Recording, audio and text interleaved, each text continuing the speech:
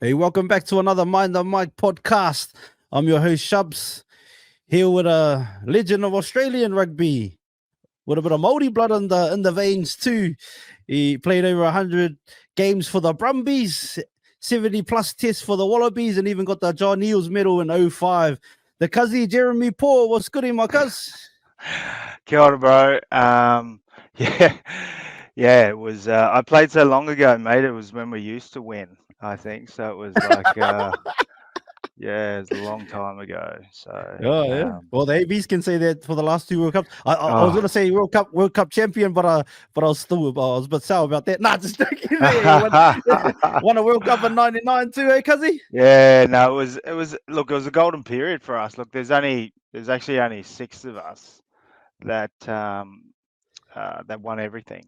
So World Cup, British Irish Lions, Tri Nations, five Bledisloes, couple of Super Rugby titles, Oh, keep Mandela that. Cup, everything. I think there's like 10 other trophies or something we won, but What do you mean? and There's that only so there six of was yous in well, so Wallaby colours George, or in yeah, general? yeah. So in Wallabies, so in Australia's history, so Yeah, because it was really the Super Rugby titles, right? Like in that era, um, like the Eels and players like this who played for other states. They never won a Super Rugby title. So there was George Gregan, Stephen yeah, Larkham, Owen Finnegan, Joe Roth, David Giffen, and myself. Like so, there's only six of yeah. us, and then out of that six, there's only one of us that have done that and won a John Eales Medal as well. So And yeah, yeah, that's me, bro.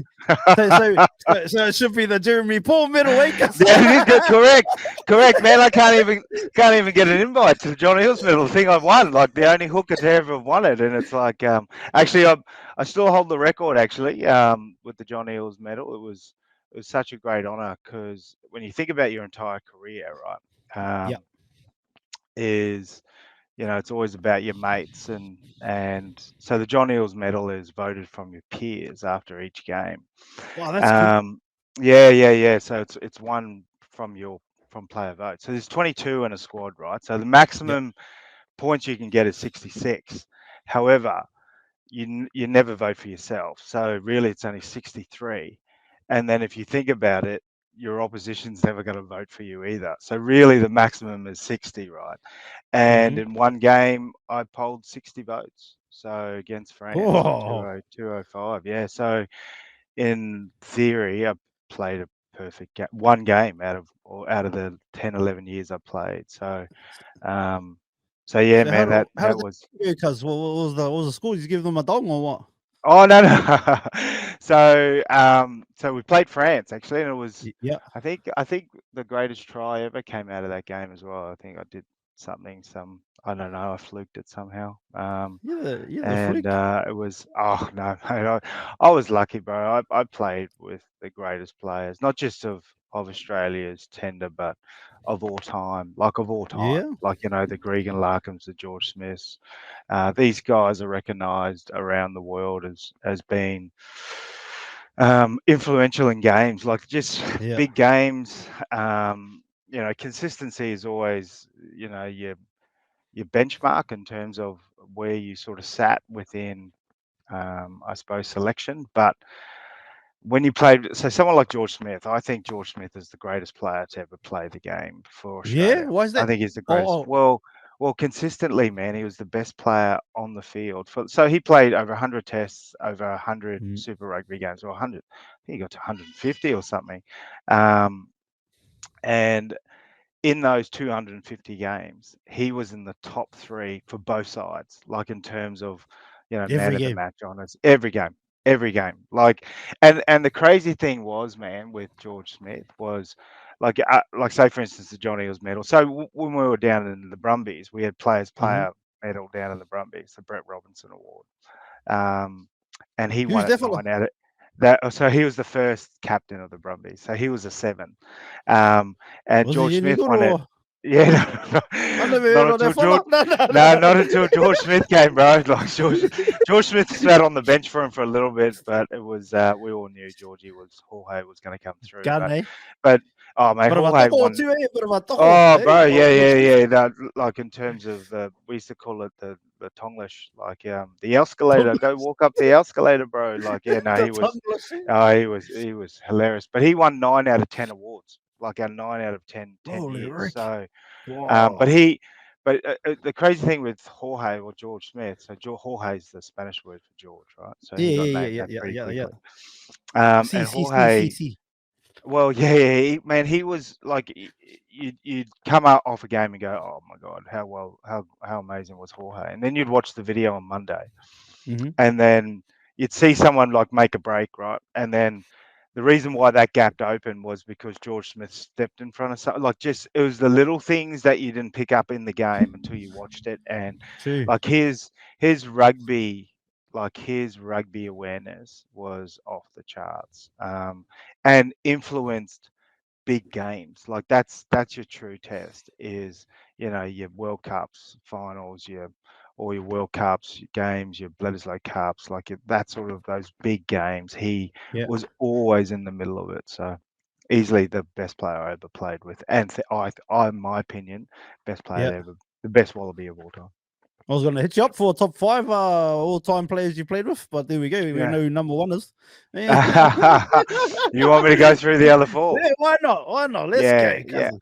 Well, look, I mean, you gotta put John Eales in there. Look, John, I only had a Yeah. couple of years with John, like 3 years with John, Okay. but What Ealesy made John good? was, What made him the well, man? look, his leadership, man. Like so, the greatest Test match of all time, right? Like we're down 24-0 after 13 minutes. That's that Jonah Lomu try, right? Like we were talking about Yes. earlier, and man, at 24 minute, like 13, 14 minutes, he's like, boys, we haven't touched the ball yet. That's okay, man. Just stick to the plan. Like, stick to the plan. We got this.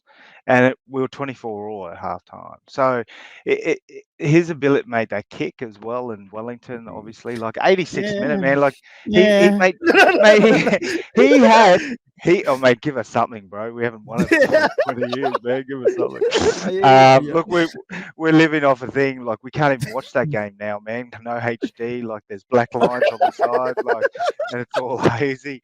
My kids are like, "What is this? Like, what's that, Dad?" Like, no, no, like, turn This is that how off. we did back in Yeah, ancient this is Rome. this is when we used to win. But like, I mean, he also had the high top boots too, bro. Like, came up to the Yeah. ankle, so goes and kicks a goal in the 86th minute. But in terms of, I suppose the way the game changed too, like he Yeah. um he adapted to line out lifting. Like, don't forget, he used to play in the days where Oh, basically it was before that, eh? like, like, yeah, Yeah. correct. And so and he just, like, his ability to control the game was the best I ever played under. Yeah. Um, Ah. so it wasn't necessarily, look, he wasn't the greatest player, like in terms of, like, you've got your Brody Retallicks, like second rowers now, like who are, Yeah. incredibly, look, John was incredibly athletic, please don't get me wrong, but he just, like, in terms of sort of playing, like, you kind of think, there's obviously more skillful, Yeah. potentially Yeah. more athletic, but just in terms of overall presence, man, like he was just, yeah, Yeah. easily top five. Um, can't obviously go past George Gregan, man, like his Wow, endurance, weapon. yeah, his ability to niggle players, like Yeah.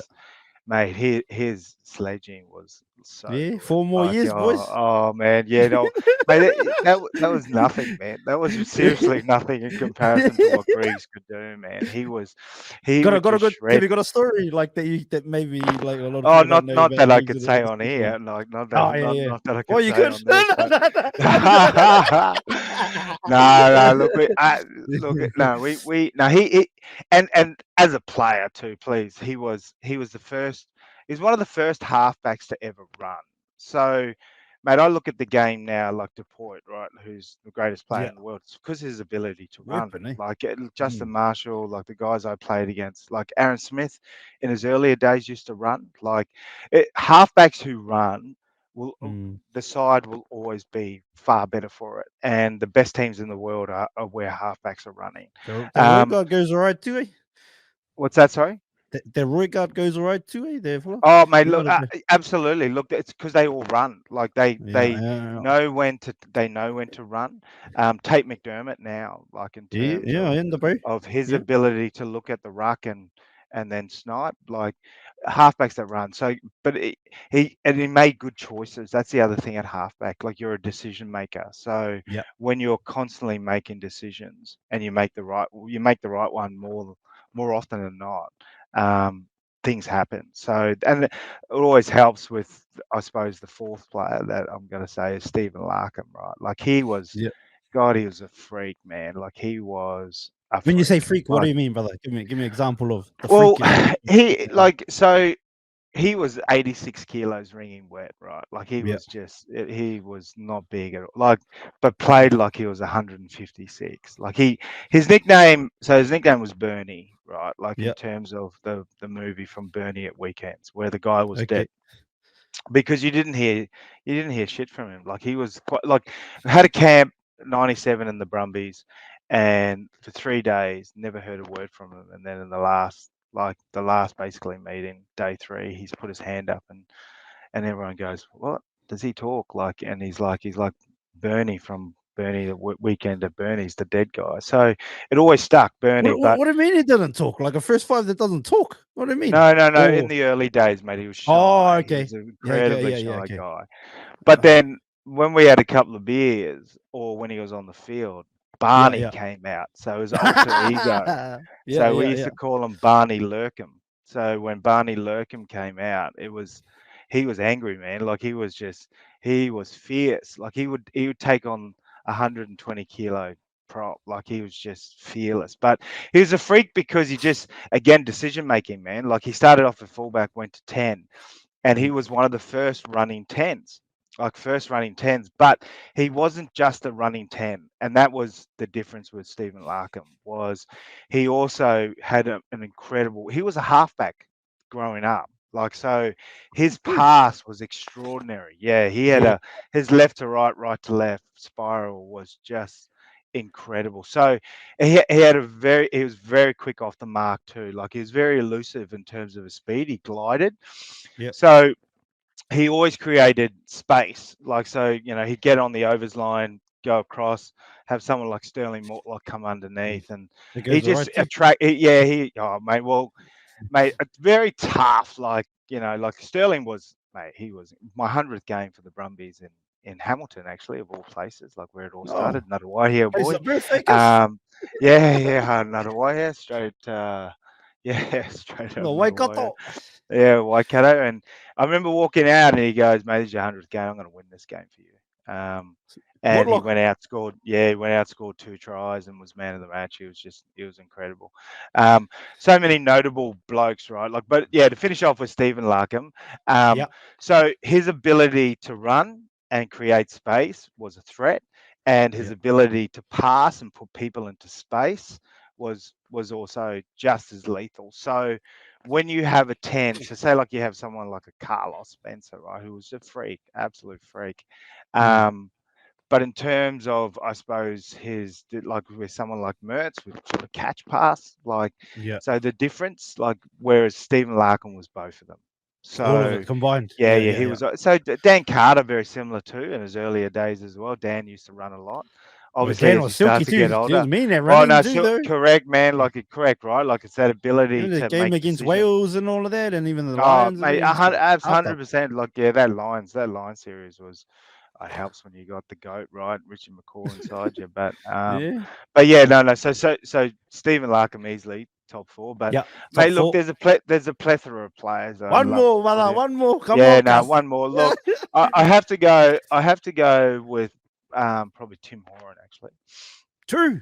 Tim Hey. Horan, yeah. Tim Horan was, mate. Look, he was amateur and then went into the professional era. Both. Yeah. That '99 World Cup, which when we won in the semi-final against South Africa, he was on fire that whole tournament.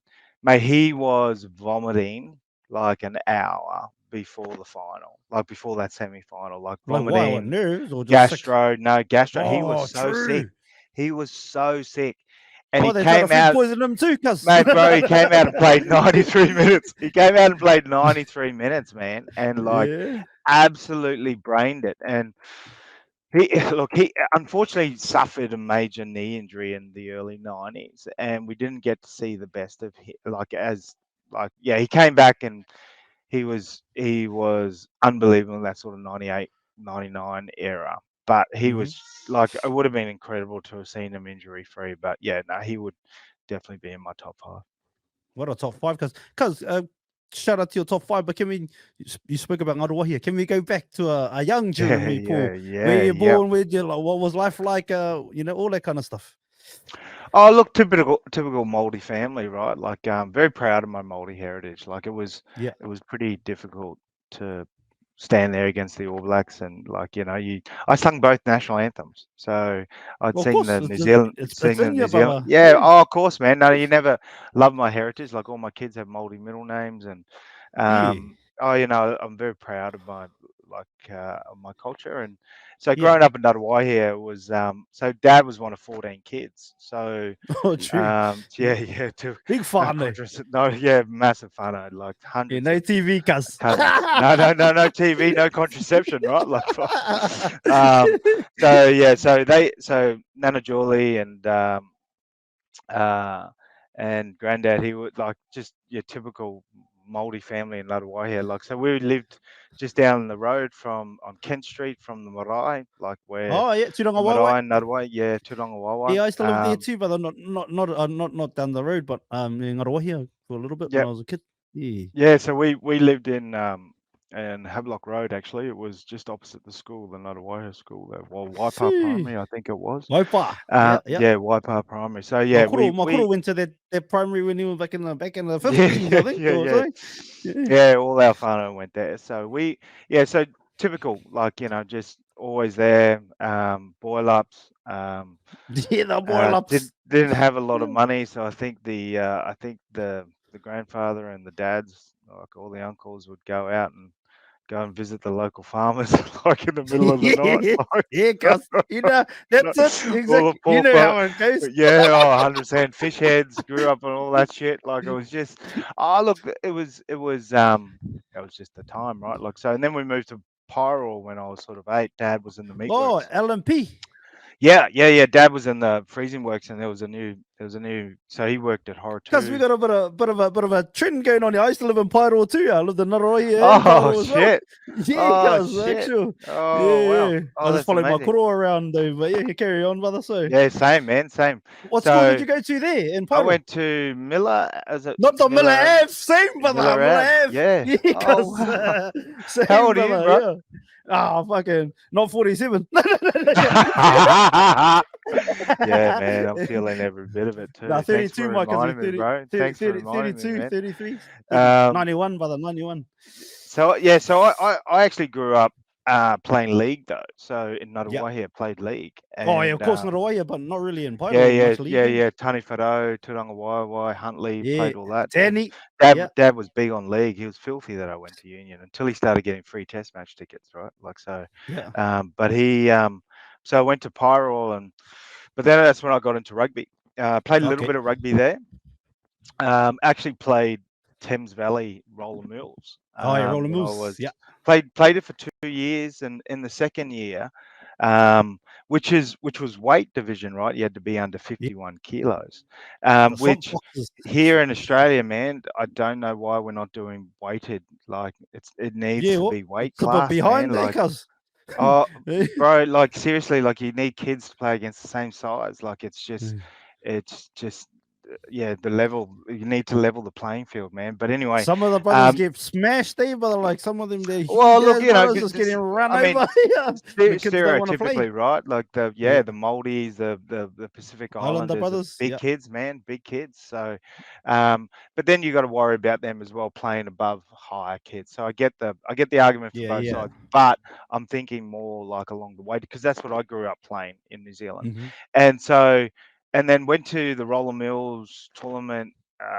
So it was under 12s, and so playing for Thames Valley. And we hadn't won it in 37 years, and we won it that year. I captained actually that side, and I Just played a with winner, Keith eh, cuz? Robinson. Well, no, no, Oh, just true. I suppose it, man. I was just, yeah. So Keith Robinson, The who lock. was Was he yeah, it lock, was a eh? lock. Yeah, yeah. So I played with Keith, and actually, I think they had like a 30-something year reunion or something like that a few years back, which I couldn't make. But yeah, yeah. So that sort of got my love of rugby. But then I moved to Australia when I was 13, 14. So mum and dad, because out of the 14 kids for my dad, um, Mm. all of them moved to Australia. So, Oh, true. yeah, no, they ended up in Wow. Kalgoorlie, bro. They ended up in Oh, Kalgoorlie of all WA. places. Yeah, WA. Like, so majority of them were all over in either in Cal or Perth. So I was a few scattered around in sort of Yeah. Queensland, but majority over in Western Australia. So we moved into Brisbane, got back into the league, and when I was about when I was 16, turning 16 Where that were you year. playing there? Cause what position were you playing at? So I grew up in a place called Capalaba in Brisbane. So it wasn't Yeah. so sort of around Wynnum Manly, like Yeah, sort of yeah. that was the What feeder position club. were you playing? Cause Second row, front row. Like I was just oh sort of yeah. like I wasn't a I was just yeah chubby kid. Mm. Wasn't until I hit puberty around. I was late. I was a late developer. So and so when I was sort of 16, that's when I shot up, went up, and started to go out a bit. And mate of mine I was at school with, who's a guy called David Jessamine. I always actually tell the story. I tell the story a lot. Let's go. Tell it His again, older, cause yeah. Well, this is how it all started for me. And if it yeah. wasn't for this guy, Gary Jessamine, his older brother, I would never have got to where I got to. So, Mm. because you need influential people as you go along on your journey. Mhm. So I've mentored probably about 12, 13 young men over the last sort of 8 to 10 years, just on the mentoring side, and got three of them into the Wallabies. And so from when they were young, got another one that just from 16, like 3, 4 years ago, he's now in the Australian under 20 squad. So it, How do you it, spot those? Cause it was like, how does it work for you? Like oh when man, it's not about the rugby, man. Like, because it's actually about everything else off the field. Like, it's Mhm. actually all the stuff. But sorry, man, I've got to say this about Gary, Yeah, because yeah, he was yeah, just, go, go, if it go. wasn't if it wasn't for Gary, like Gary Jessman, that's where it all started. So we were so I grew up in a pretty it was a where I grew up in Brisbane, it was pretty rough. And so me and my mates, we obviously around 16 would go and get a bag of goon or something like that, or patch a pop or something like that, and go and piss off somewhere on a Saturday night and go and drink. And yeah, we were in a little bit of trouble. And anyway, it was a Sunday morning, and this guy David, the guy I went to school with, he said, "Oh man, come play for a game of rugby at a club called East Tigers at Norman Park." Um, and so it was a Sunday morning, because we played league on Saturdays. And so we Yeah. went and we won like 140 something nil, and I scored 5 tries playing number 8. And so the coach, Gary, his older brother, said, because me and two of my league mates, two of my best mates I grew up with, he said, "I'll pick you up for training and take you to every game." And he did that for 2 years, man, for 2 years. Wow, So what a yeah, soldier. yeah. But I mean, we won 2 premierships for him too, because he was the coach. Mhm. But Yeah, yeah. it was my turning point for You're rugby. sliding And doors, eh? yeah, mate, it was, man. It was Gwyneth Paltrow, man, getting on or off the train. I use that reference Mhm. all the time. And it was him that pushed me. So when I was 17, in my last year, he said, "Look, mate, you've got to go to these trials, because when you go to a state school in rugby, you've got to go through all the back channels to get to the private schools, to then try and Oh, make okay, yes. Queensland schoolboys." So Yeah. he said, "Oh, look, mate, I'll come pick you up. I'll take you to the trials." So I had to go to 2 trials before I got to Queensland state schools that got to play against the private schools. And then I made Queensland schoolboys that year, and out of 42 kids, I was the only one from a non-playing rugby school. So from True. state school, Oh, yeah. and shout And out to the that's when I bro though, got. eh? Oh no, Yeah, like you for said. man, if it wasn't for Gary, man, like, love the bloke. He pushed me. He got me to, like, it was more about like also too transport guidance. Just he was just incredible. And so and then when I made Queensland schoolboys, I got put into the system. So once you Yeah. got it, and that was around 94. So 94, 95, and that's when the game was on the verge of going professional. So, Boom.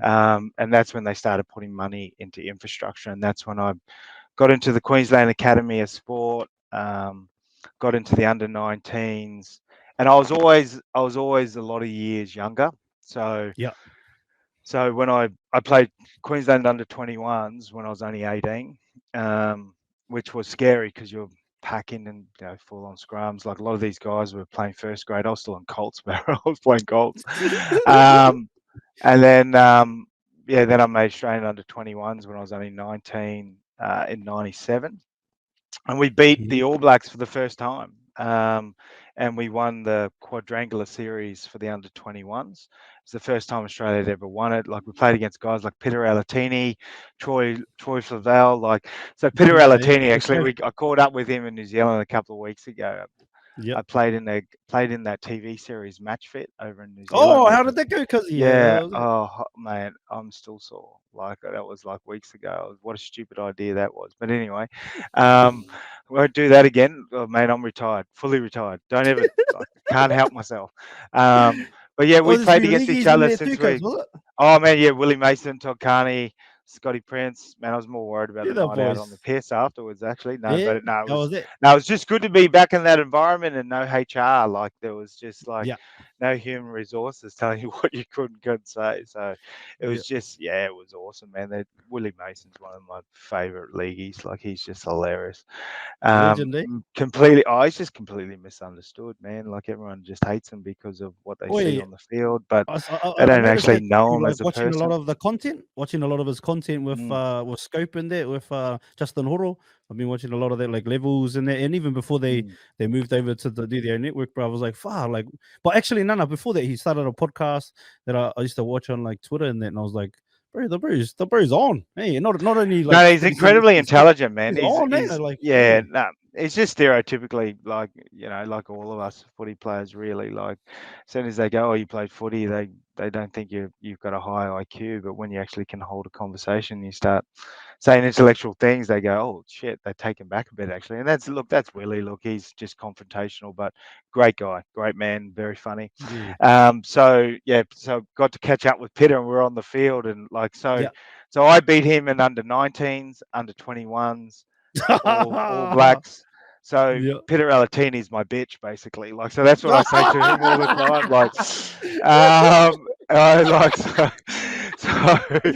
and Otago as well when he played for the Highlanders. Never Oh lost it. yeah, Like, so yeah, yeah. well, So it was everyone just lost to the Brumbies oh, it's back just a then. crack up, man. Look, so we've known each other since like for nearly Yeah, 30 years. So, but yeah, so I was lucky we won that in '97, and then I was actually that first year in '97. I played for a side called the East Tigers yeah. in Brisbane. So, great David Wilson played for them as well. We don't have a lot of Queenslander Wallaby players that have come through, but Ben Mowen's there now. Actually, he was there. He was Oh the yeah, coach Ben last Mowen. year. Yeah, Anyway, Jacob and Moses Relini, Fijian boys. But yeah. we great guys.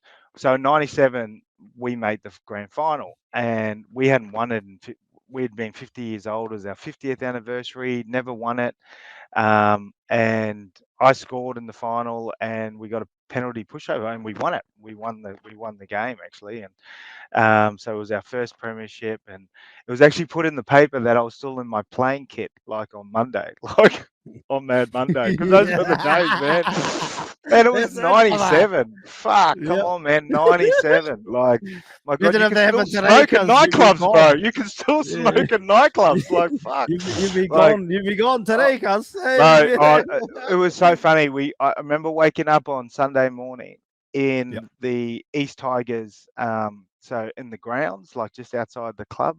There was Yeah. me and a guy called Peter Lucas who had the tiger suit on, and we'd ripped it open and we're cuddling each other, like crashed up, and we woke up. And because it was sunlight beaming in our eyes, we're on the middle of the field, and then look up and there's blokes all around, like crashed down, and we get up, and I think someone started a fire, I think, out of the car park. Anyway, we're sitting there, and then the manager of the club drives in, and he drives straight back out, and we're like, oh shit, what's going on here? Comes back in 20 minutes with like 3 cartons and bottles of Bundy, and like, let's get into it, boys. Like, because man, it was a big thing for the club. We'd never won it before. And anyway, on the Monday, Oh, I get a true. phone First one. call. Yeah, yeah, it was the first one, and we were 50 years old as a club, celebrating our 50th anniversary. Oh, It Cronulla was, sucks. oh man, yeah, yes, it was, it was the Sharkies. So I then get a because I actually had a manager at the time, like it was all brand new, like because I just played straight under 21s, and he was like, mate, I can help you get a contract. And anyway, so I said, yeah, sweet. Didn't think anything of it. Then a night, so he then tracked me down at some pub on a Monday because we had Mad Monday, And he said, mate, you have to, what's a landline you can get to that? Because Eddie Jones, the new coach of the Not the Brumbies, landline. wants, like, yes, man, bro, I had to go to a house. And he goes, look, Eddie Jones wants to give you a call. They've got a European tour. The Brumbies are taking a development tour to Scotland and England in 7-8 weeks. And he goes, and he wants to talk to you about it. And I said, sweet. So I've been drinking for 3 days. I try to sober up as quickly as I can. And then I get to this and I'm waiting for this phone call at 8 o'clock at night. Barely slept for like 3 days. And Eddie goes, mate, do you want to come on this tour, mate? And I was like, yeah, 100%. Why not? So, because a hooker got injured, right? A hooker got injured. And so they just Okay. wanted to fill a spot. I wasn't meant to do anything. Oh, I was true. there to make up the numbers. Yeah, they were looking at another hooker and they thought the hooker that was injured was going to get a contract. And so I went on this development tour with the Brumbies in '97. Took And the opportunity, cuz. bro, I played the first game and they signed me after the first game and gave me a 3-year deal. And but the funny thing was, man, I come back to Australia and John Connolly, because I was in the red squad, because I actually sat on the bench. I hadn't even played a first grade game yet. They had so many Oh, hooker injuries. I actually sat on the bench for the Reds in a trial. Mate, I was only just turned 19, man. I was like shitting myself. Like it was against the Waikato Chief. Frank Bunce was playing. well, Like it home, was crazy, man. the home It was, team, cuzzy, the home but team. oh, yeah, yeah. Or the Actually, family. I always enjoyed going back to Hamilton actually. But so John Connolly, who was the coach of the Reds, and this is where our long-standing feud, I think, started.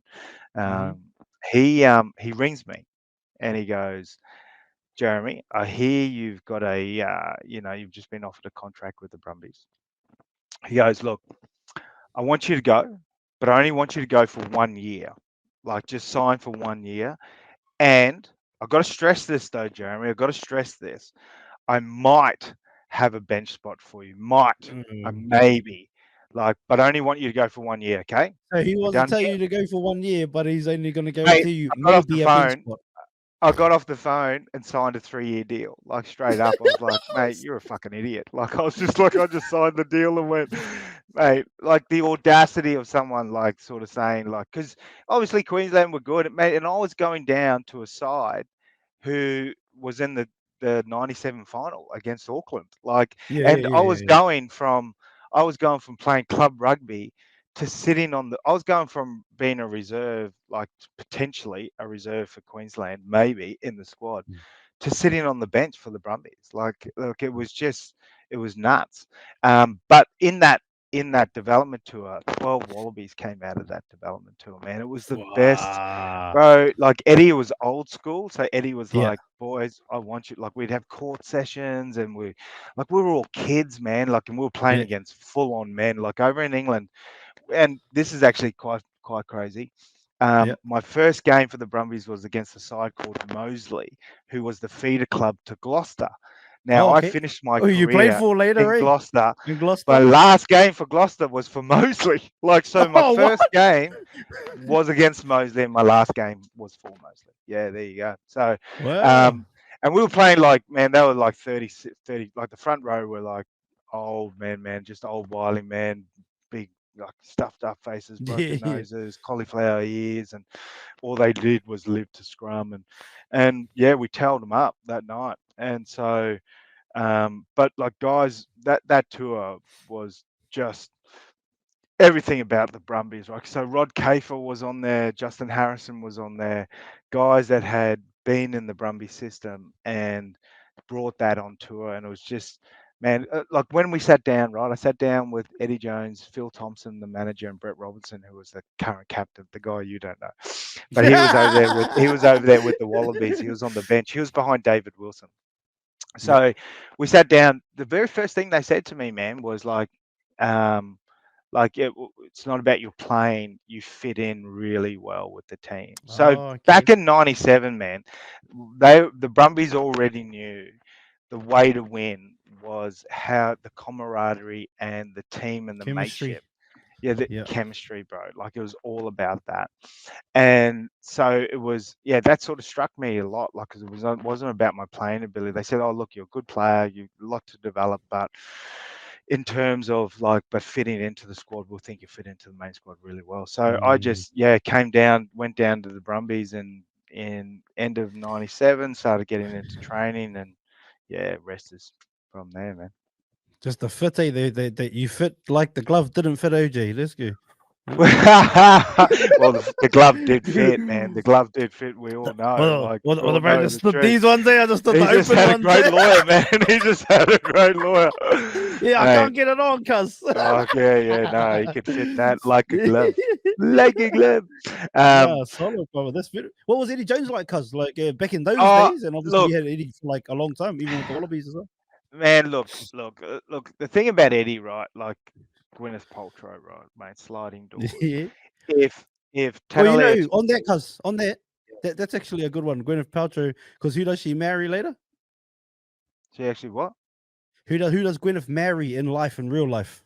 in real life? Oh, Yeah. the bloke from Coldplay, wasn't it? Is she still Yeah, married? I Chris don't know. Martin, and you know what Yeah. happened in your life, brother? It was all yellow. Hey, Wallabies, baby. Let's you're, carry on, you're a cuz. true, you're a true Hoary, bro. I love it. Reminds me of growing up. Um, so yeah. So Eddie, look, to get the Eddie thing out of the way. Look, I'll always be loyal to Eddie. Eddie gave me my Yeah, start. Loved him like fucking a oath. dad. Fucking oath. Like love him like a dad. Look, at the end of the day, sliding doors. If Tanalia Tupu and Will Skilton weren't injured leading up Oh, to last World Cup. Fiji, Oh, yeah. People and forget we that won too. that game, which we should have, You just would have then if they were there. if they were there, then none of this debacle would have happened with Eddie Jones. But in saying that, he also fucked up with his selections. Like his selections were And what, poor. like, which Like, ones? oh Which no, ones would you Michael have changed Hooper. for Like zero? this is the thing. Like Yeah, in well, yeah. 2000. Oh look, mate. Look. Do you know notoriously every World Cup, man? Like I didn't get picked in '07. Matt Yes, Giddo yes. didn't get picked in 2011. 11? 11, yeah.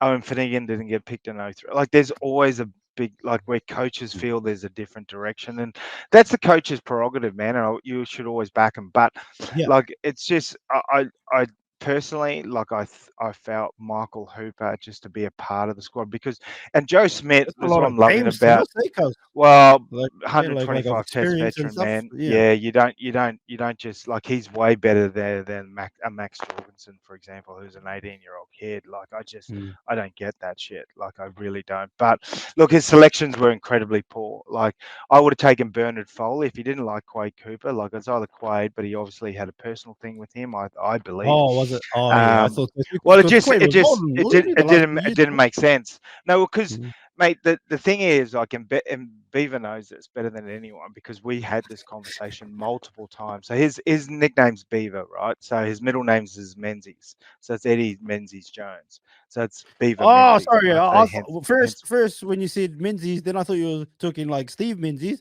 Then I thought you no, were no talking Beaver. bloody Beaver Stephen Donald. But anyway, no, No, no. Eddie Jones. Oh yeah, Stephen Donald. Yeah. I called that on TV too, man, back in the 2011 World Cup. I Did called you? that because I was working for Sky. Yeah. So Oh, anyway, so okay, so yeah, so Beaver, Eddie Jones, right? yeah. We used to talk all the time, like so he'd have, because I was a bit of an idiot when I played. Like I used to go out and socialise too much, like I really Yeah. did.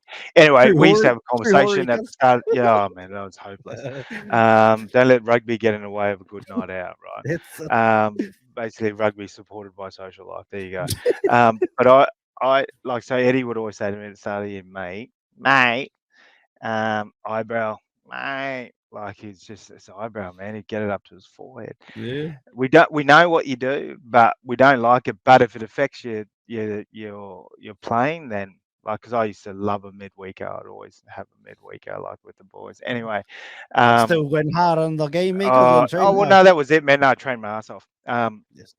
Actually, I'll tell a good story about Adam Ashley Cooper after this. But yeah, Yep. so, but he said, look, I think what's changed you as a player is because I had this.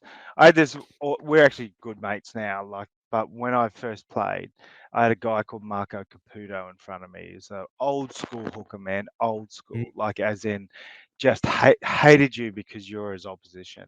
Oh, So I'd be true. standing. Oh man, I'd be standing there going.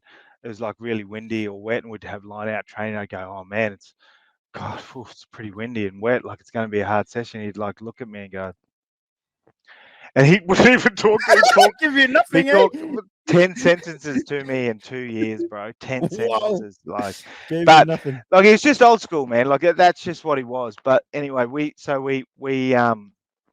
like I said, man, we're good mates now. And anyway, so I always promised myself I would never be like that with opposition players. So Yeah. guys like Steve Moore, Adam Fryer, Tom Murphy, Saya Fainga, Tatafu Politua now, all of them came underneath me at one stage with the Brumbies or the Wallabies. And Brendan? Or was all Brendan? Or Brendan? Brendan Or Cannon, me and him were against each other. Like, and we're mates oh yeah. too. We were always mates off Oh the yeah. field. Like, it was never animal because it was never their choice if they got selected in front of you. Yeah. Like, it's never their choice. It's always you can look at yourself. It's never your opposition, man. Like, it's always you. So I used to do a lot of training with the other hookers. I'd actually secretly on the side too, which we weren't allowed, but I'd do it anyway. Tell them that if I'd resign so they could go like make the option if they wanted to go and sign somewhere else because it was never public knowledge, but I'd always tell Nah, them what on a the good side. fellow. That's good coach. Oh You know. no, man! He's a Look, very like good coach. their mums every time, man. I see them. They give me hugs and kisses and say thank you so Yeah. much because even the boys too. Like they always say it wasn't for me, but look, you play a part on their journey, man. Like, and it was never me. It was always just I was a part of their journey. Um, but yeah. So and Eddie said, mate, with you doing that, you actually have become a better player because you sort of figured out what your weaknesses are. You've also figured out how to get better yourself by teaching them how to get better. So, Mm. so it was so and getting back to Joe Smith, the new Wallaby coach, right? Yeah. What I love about his language, man, his language is awesome. Sorry, mate, it's a little bit static. Um, he's saying, yeah, I can coach, but I can't do what players do and the playing coaching. And that was the great thing about the Brumby system was we used to get players like I remember Queensland Reds, Nathan Sharp, we signed a player from the Reds. And I remember him saying, mate, why'd you sign that lemon for, man? He's like hopeless. He was in the Wallabies later that year because the environment in terms of coaching, like we're always the best coaching is from players, and so that was the one thing we didn't have in last year's World Cup with Eddie Jones. Like, and he Mm. knows better than that. So that was he should have taken older players. Like I would have taken Bernard Foley. Like he needed another 10 with Carter Gordon just for Oh, that because he coaching. didn't officially take a 10, eh? Besides, like he was the only official 10 at the time, eh? He The was bench. the only 10, bro. Like, so That's that was weird, like, eh? oh, mate, it was again, his selections were poor, and he's got to Yeah. take a hit for that. Like, but look, I thought the Eddie bro was was, you know how the bro was going off at the media at the airport. I was like, "Ooh, maybe Eddie's onto something here." Then Nick no, Mana. no, no, he was, bro. No, he was. Look, I loved the selections in terms of moving forward, like Yeah, in giving them experience, but he just didn't quite have the right mix of mm, experience and youth. Like that's the thing. Like we're seeing the Crusaders in Super Rugby Pacific right yeah. at the moment. Fuck, they've had a big shift Um, away. Players well, and the coach. transition, man, Their it's coach always was about so good. transition. Yeah, coach, Yeah, players. So, I mean, but that's always been the incredible, I suppose, part of the Crusaders has been their ability of their transition constantly, man. Like they're able to bring new players in, and that is actually that's the hard thing in sport is that continual transition of losing players, like in other codes like rugby league, like salary caps, all this sort of stuff. So yeah, there's an absolute art there. But in terms of Eddie Jones, bro, like, look, I love Eddie. I would always defend yeah, Eddie, but look, he made some shit things, and he needs to stand up for that. And he's a big guy. He gets it. But like back in our day, man, he changed the game. Like yeah. we were the first ones to ever bring in these things called sequence plays. So what we did was we actually created actual like 3 to 4 phase plays to manipulate defense. We Yep. also were the first ones to start calling. So every defensive structure now played in the world basically came from our calling structure. So True. so yeah, so which And was Eddie first was the started. pioneer of that, eh? Well, no, the first guy to start that, no, that was the defensive coach, John Muggleton. Oh, okay. Like, so John Muggleton, who was the Wallabies defensive coach in 98, 99. Yeah. Bro, we had one try scored against us in the 99 World Cup. One. Like that was by the Fuck, US. that, That will never happen again, man. Like, that's put it crazy. this way: in the last World Cup, I think Georgia scored 3 against the All Blacks, something like that in a pool game. So it will never be repeated. Like in terms of one try in 7 games, and in the quarters, semi, and finals, no one crossed our line. So, in terms of defensive structures and defensive patterns, with John Muggleton changed the world in rugby. What do you But think then, too? You know how you're talking about the bro changing the patterns. Do you think the whole timing of the game going professional? Do you think you were sort of ahead of the curve in that way at that time? yeah, Like yeah, the game absolutely, yeah, as well. absolutely, 100%. Look, Rob McQueen started that in 90. Not end of 97, 90. He started in 98 when he came on, and Yep. he formed what was called Camp Wallaby. Yep. Now, that was the first time we were able to be in a one place, because normally we would be in hotels, catching buses, eating hotel food or eating out. This gave us the ability to simulate a home environment as close as possible. So, mate, that's the Oh, number one okay. thing, man. That's the number one thing why Like people a go, oh, whānau, how. cuz they're whānau, eh? Like a turn That's into a it, whānau. man. Like it was like a big village of just the Wallaby players, and we did our own laundry, and we like cooked our own meals, and it was just and we were able to ride bikes to training, so we weren't there's not we had a lot more downtime to recover. But he also, man, like, and this is one thing about Rod, right? Like I learned 2 things from Rod: was think outside the box. So against the haka, right? So in Hmm. '98, he brought in to wear tracksuits, Yeah. and I remember talking to Troy Flavel about this years later. He goes, "Bro, why did you guys used to wear those fucking tracksuits, man? Like they used to piss us off." And I said, "Well, Rob McQueen bought it in '98 because when you guys got your 2 to 3 minutes to do the haka, you were breathing fire, like you wanted to rip our fucking heads off. And like, so we thought the best way to nullify the haka was to then take our tracksuits off and take them off very slowly. So your Yeah. fire was like, Yeah, and yeah. then Let we'd the be mana like, go down a bit, eh? yeah, man, and you didn't catch on for 5 years, bro. Like it was like we were able to like we got away What with was it it for like, 5 years. cuz? What was it like being Oh a man, it Maori boy was. and a proud Maori boy standing across from the haka? Oh man, especially when I went to St. Stephen's. So I went to Tipene Oh, for a year. St. Tiffany. Yep. Yeah, yeah, yeah. So Up in my older Tiffany. brothers went there for 5 and 4 years, and so Yep. learning all about Maori language and Mm. obviously hakas and look, it was just respect for me. So Mm. before every game, no one ever knew this, but no, I don't think I've ever told this publicly actually. Oh, let's go, So cuzzy. Ah, oh yeah, yeah. no, it's Well, not that. So before every game, so we actually had a reunion with the Brumbies, and I yep. remember our mate Brett Robinson Yeah, the actually boat. yelled out, and he goes, "And what about Ming, like JP, um, doing his hair before every game, like a minute before every game, you'd see him doing his hair, and it was like."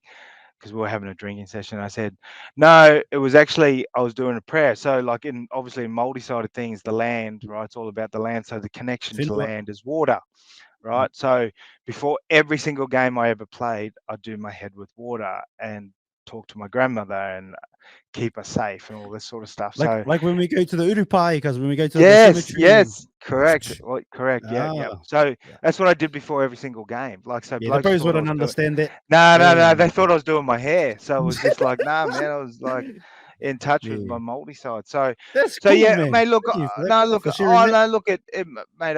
It was very conflicting. Like it was. It was incredibly tough. Like very proud. Like man, I used to get up with every other family, have a In the mattress in the whole country. lounge, and yeah, and watch the All Blacks play England. 1 or 2 in the morning, and learn the Yeah. haka by the time you're 4 and 5. And particularly, like with Nana Julie actually, like, and I suppose this has been the big change in New Zealand has been in her generation when she grew up.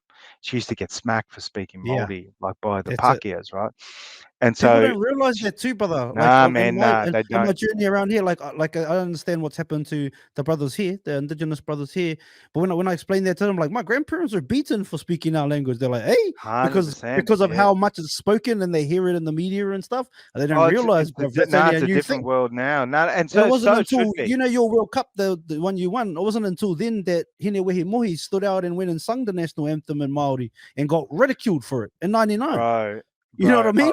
I'll go a bit into that, man. Like I'll Yeah, go let's a bit go. into that, but in terms of my grandmother, and so at home she said you can only speak Māori at home, but when you're outside you learn English. So then we lost that through my dad's Yeah, generation to my generation, and then it wasn't until I left New Zealand then they started bringing it back.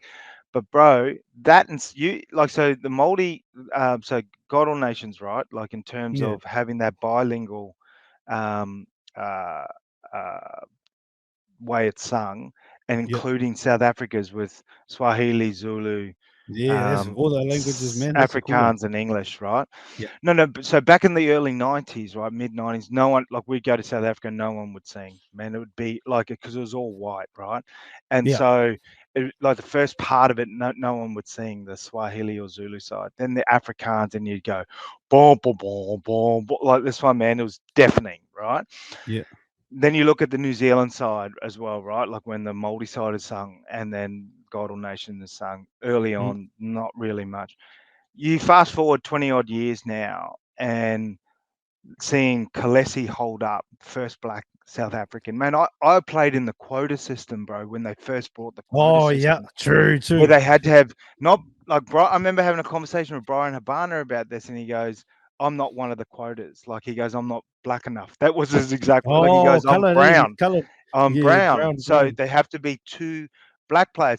We used to make we were part of one of the biggest Black Lives Matters movement ever in the world because we used to go out to all the townships and do coaching clinics Yeah, and like we were all pro like yep go whatever you wanted to call it the quota system but and which actually changed rugby in South Africa like where mm, now players they don't even talk about the quotas because now they've got those players like the black players coming through the system like they never used to have it back in the 90s bro like that they only came out of apartheid in the early 90s I think yeah, 94 or literally. something Yeah, it yeah really is. Yeah, 94 right like mate it was dangerous as fuck to go there man it was really yeah. dangerous like Like, oh bro we learned very quickly I was in it was 98 I remember me and a couple of guys oh, were in a cab and the cabbie like took us into the shanty town. We were like, and he goes, get out of my cab. And we jumped out and we are like, holy shit. And then we could see all these dark images, sort of like all these images in the dark coming towards us. And we are yeah, like, this must have, looked like 30 people. And we are like, holy shit. And this car come screaming, there's a little Alfa Romeo come, did this yeah. big burnout in front of us, said, get the fuck in the car, get in the car like this quickly. It was some young white kid buying drugs or something like this, and this Oh, I cabbie had seen you fellas. dropped us off at some shanty, and we were about to get killed. And we looked back, and Bro, there's you people weren't holding even here, machetes. Rikers. Mate, there's Holy blokes ricks. holding machetes, man. We just went, Where's holy this, brother? shit. What This city is was in this in? Joburg. Never Oh, caught a where you, cab ever again. Like this is did in they drop you off '98. in Deep Sloot? Yeah, oh, I don't know where it was, bro, but it's some township. But it was like, All but right. so like so when you look back at also too, right? Like the national anthems, I believe were sport because particularly with the All Blacks, man, like everyone sings the national anthem.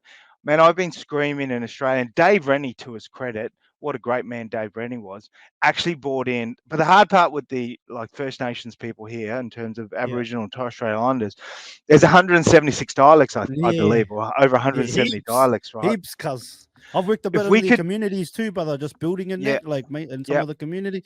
And, like, shout out to the brothers, some of the funniest, like, oh, funnest, that's not even English. Some of the best experiences of my life is kicking it with the brothers in the bush, brother. Like, you no, know, some, absolutely, man. We should be and proud of our First Nations people, man. Like they're older than the Egyptians, and people carry on about the Egyptians 5,000 to 7,000 years ago. Man, we got 50,000 like. yeah, they've been here We've actually got 60,000 years, artifacts that are cuz. 50, 60,000 years ago, man. Yeah, Like far out. pretty Anyway, cool, man. I don't understand it, man. Like people judging people on the color of their skin, but anyway, Yeah. um, I That's think a it's a whole lot. new It's a podcast, way bro. just to keep. Yeah, hard. I'll get into all of it, but it's a. I think it's just a. It's a way to keep people divided. You know what I mean? If people keep squabbling on race and stuff, it keeps people divided while they do other things. Anyway, Oh that's man, another podcast. no, but no, bro, it's generational too, right? Like, Yeah, so you're 100%. seeing, like, you're seeing kids and kids of their kids and their kids just sort of just it's being taught through generations, man. It's like unemployment, bro. Like, I worked in the unemployment industry when I like for a big non-for-profit, and when you were Yeah, seeing grandmothers, mothers, and granddaughters walking into Centrelink, it was like you saw this sort of generational, sort of situation. But anyway, but seeing those two national anthems, like seeing those yeah, two, South African and New Zealand, with bilingual, well, multilingual for the South African. There's four languages, yeah, four dialects. I honestly believe, man, what would create a far closer to connection to our Indigenous, our First Nations people would be a fucking bilingual national anthem. Because I'm not talking about rugby union. I'm talking about rugby league. Like, when it's sung yeah, at the AFL Grand Final, we're talking about the Olympics. We're talking, yeah. mate, create a bilingual national anthem. My God, look, we've seen it, like, because then you start seeing it on TV. You go, like, I don't know what the Aboriginal word or First Nations people word for hello is. Like, in New Zealand, it's, kia ora, like, Mm, straight up, man. Like, then you get newsreaders start doing it. You then start getting TV shows. It's just made the I suppose domino effect. And I believe this all, my personal opinion, it all comes from the national anthems, personally. mm. But you're someone that witnessed it all, cuz you know what I mean. You Oh yeah, you from the you you start, were there. Yeah, 100%, man, especially on the 100%. rugby level. Hey, on the rugby level, you played through that kind of stuff. You know what I Well, mean? you're talking about two Crazy. countries whose are national sport. So, and going through, particularly in South Africa, man. Like, we went and did this one township right in South Africa. We jumped in a tank, bro. We jumped in a tank. It was like this big armored car, and there was Yeah. this massive machine gun up top. And the police officer said to us, "Look, if I start shooting, just put your heads down." And we were like, the fuck? Okay. What do you mean shooting? Like, we were like, what? They just want to teach Folks rugby. carrying news, mate, we're just going out to go and do some, like, a little bit of coaching, go and mix with the thing. And anyway, we get in and we mixing around this township, and this one older lady came out. And she's like, "Oh," it's then because we're all in our Wallaby tracksuits, thank God. And anyway, though, she was like, "Oh, you here? Oh yeah, Wallabies, yep, yeah," like this one. She goes, "Oh, thank God, thought you were here to kill us." And we're like, we just, Far out, well, mate, bro. you don't understand, like, you don't That's understand crazy, man. the crime and I suppose the lifestyle over there. Like, it is Mm. incredibly different, like, to what we obviously live. It's like you said Um, though, brother, intergenerational. Like you talk about, like our stuff. Even there's like been hundred for obviously like the 90s is when apartheid ended, but you're talking hundreds of years of being like hundreds, friggin' underneath the foot. hundreds, Yeah, you hundreds, know what I man, mean. hundreds, hundreds, and then, but then you add in today's society, right? Like, in terms of unemployment, hunger, Yes. Yeah. desperation. So that's when crime goes up, obviously, in the Yeah. the most social economic areas. And so when you look at somewhere like South Africa, like, in terms of like buildings, like when we'd go there because I went there 20, 30 times, like we'd go there pretty much Yeah. every, Every year, every year, 2 to 3, couple sometimes times. 3 times a year. Yeah. Yeah, yeah.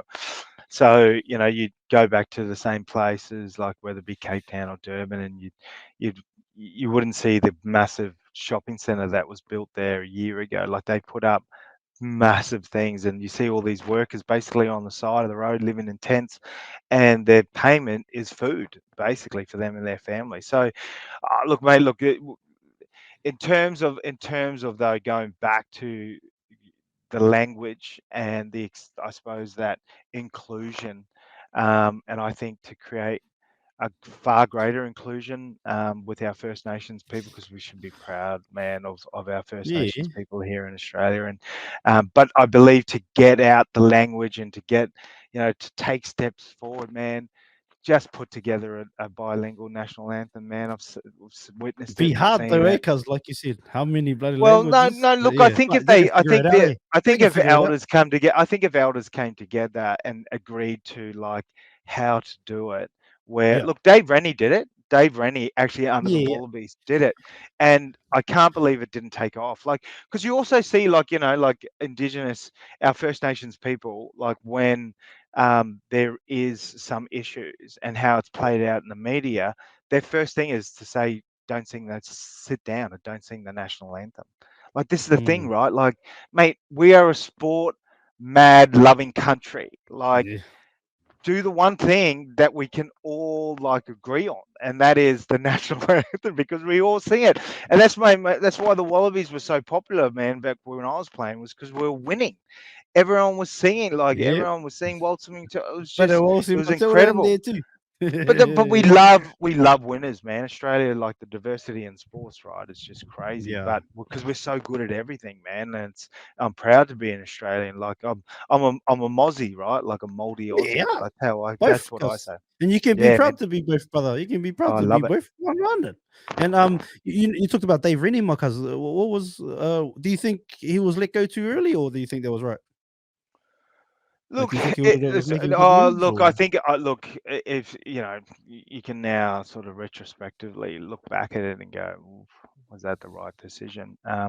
When someone like Eddie Jones comes onto the no? As market, you yeah, you, you got to, he was never going to be available after the World Cup. So really, for Dave Rennie, that Italian loss, man, if only he'd beaten Italy on, like, because they had this incredible game, I believe, against England week, then go out and lose to Italy.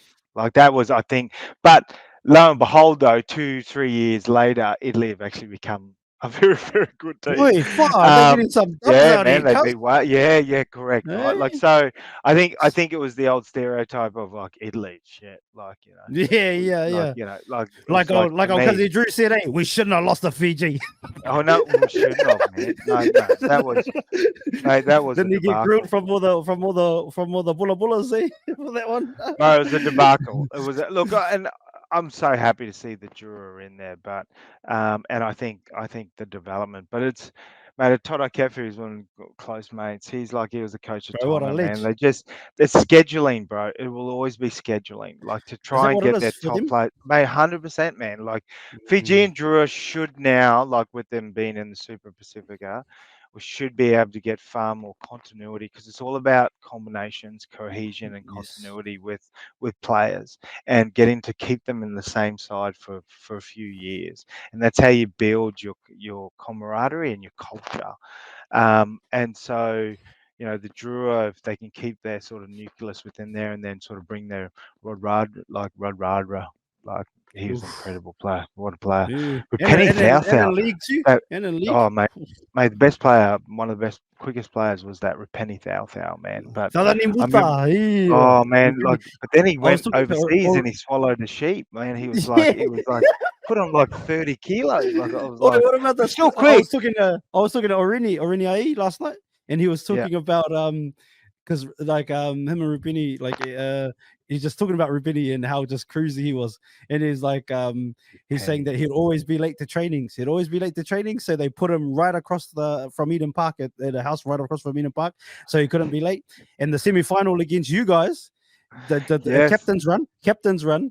They Orini's going to who I don't know who he said it was, manager or coach. He says, "Where's Rubini?" And the bro's like, "Oh, he's here." He's like, "No, he's not." And then he's like, "Oh, I better go." And so he runs over to his house because he's on Eden Park number 2. Runs over to the pad, runs up the stairs, knocks on the door. Rubini wakes up. He's like, "Hey, we got captain's run." He's like, "Okay, bro." And then and then the bro Yeah. and then the bro Good closes the shit, door. bro. The bro closes the door, and then Orini's like, and you would think if you're late for captain's run of the semi-final against the Brumbies, the bro's gonna like race down the fucking Yeah, you stairs, have shoes some on. urgency. Yeah, The you have a little the bit bro of it. takes ages ass to get out of the house, and then he just like dawdles down the stairs. The bro's just like, but then Tell you but then what, man, tomorrow, next day, Rupini comes out, scores 2 tries, brained it.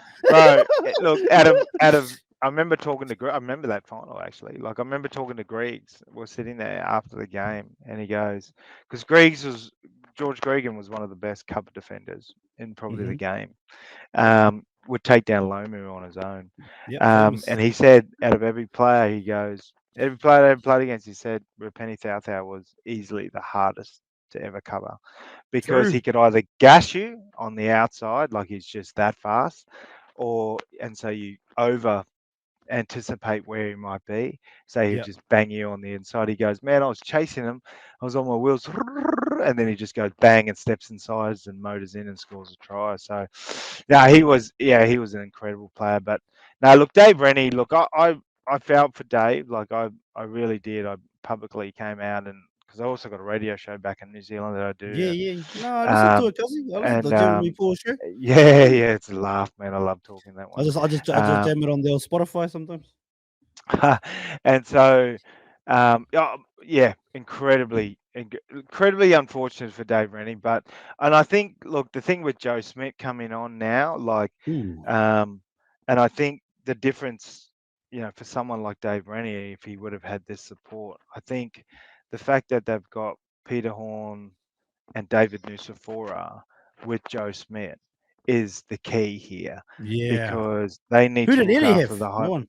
No one. No, Australian rugby hasn't had a high performance unit, a proper high performance unit. Oh, Man, we were screaming for one back in the early 2000s because, mate, this is why rugby is where we're at. It's because we've never had a centralized rugby program. Like, okay. bro, we would like with the Brumbies, for example, we would lift. So this is shows you the complexities of and the stupidity of rugby in Australia.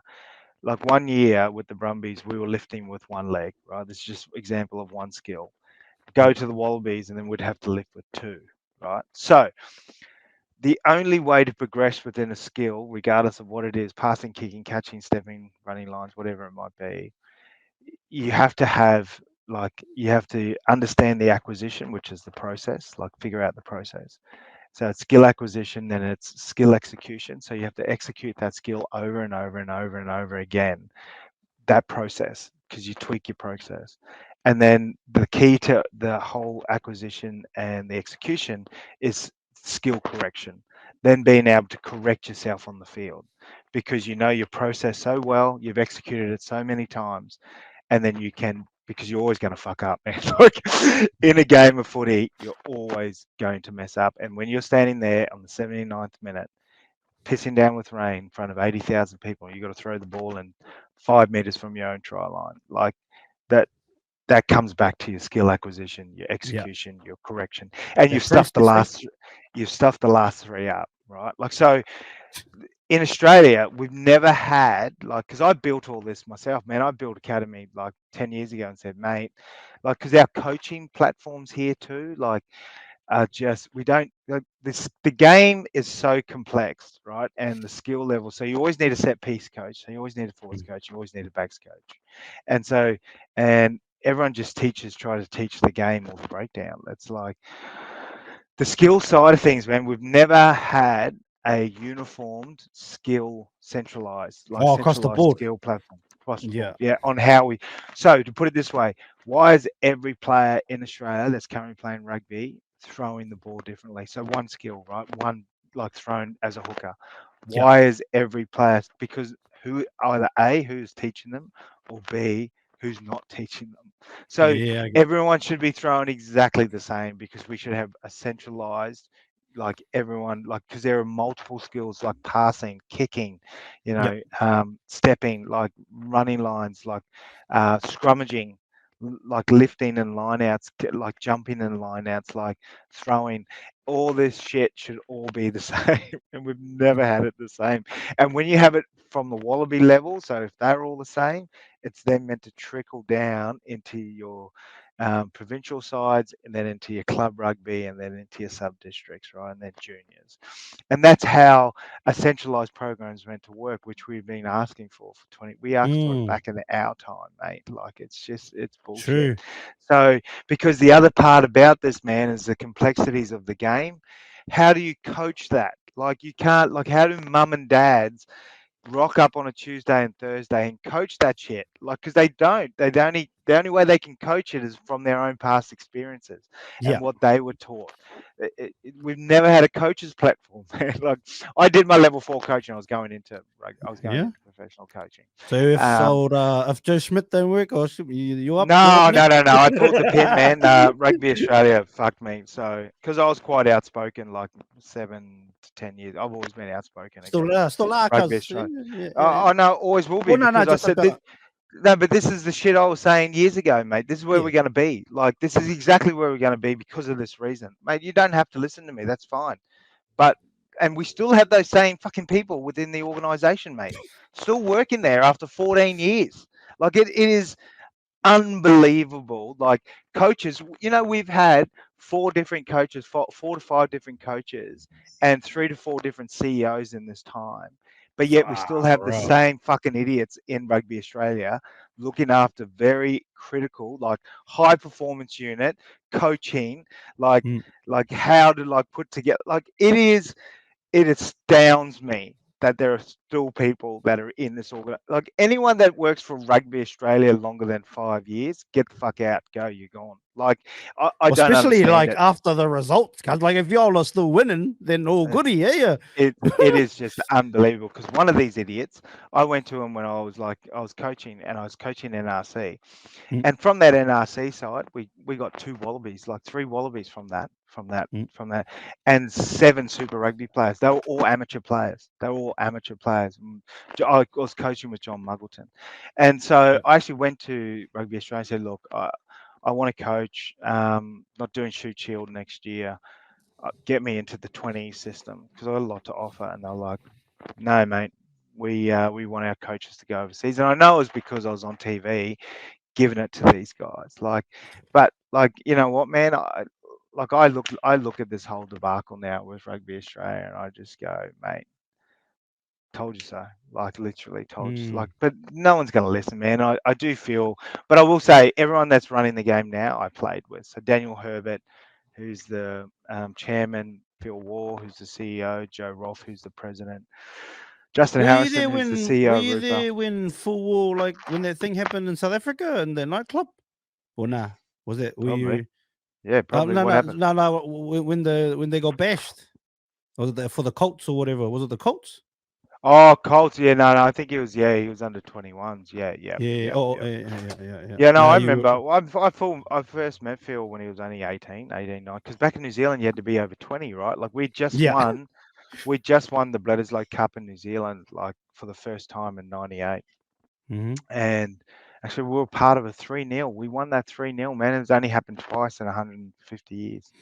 Um, and we were in New Zealand in Christchurch when we went out afterwards, like after drinking. Yep. My job was look after the Bledisloe Cup, so it took, man, I remember pouring 2 cases of Crown Lager in there, and it only Is came that up how to much? about that much. Oh, true. No, no, Oh, it was true. only about that much. It was that big a trophy, man. It was That's how so big it is, good. eh, cuz? Oh man, it was such big celebrations, and Phil had played in the under 20s actually, just or under 19s for the curtain raiser. And I Okay. remember meeting him that night. I said, "No, no, I got him into the nightclub. No, he's with us. He's in the main squad. Like, he's all right." So they didn't check IDs back then, but he Yeah. was only 18, so he got into the nightclub. But no, I've always loved Phil. Phil's a great mate, and look, I feel for him. But with Joe Smith, Horn, and Nusafora, Mm. this is the team we need. Like This we is the had a big, time. yeah.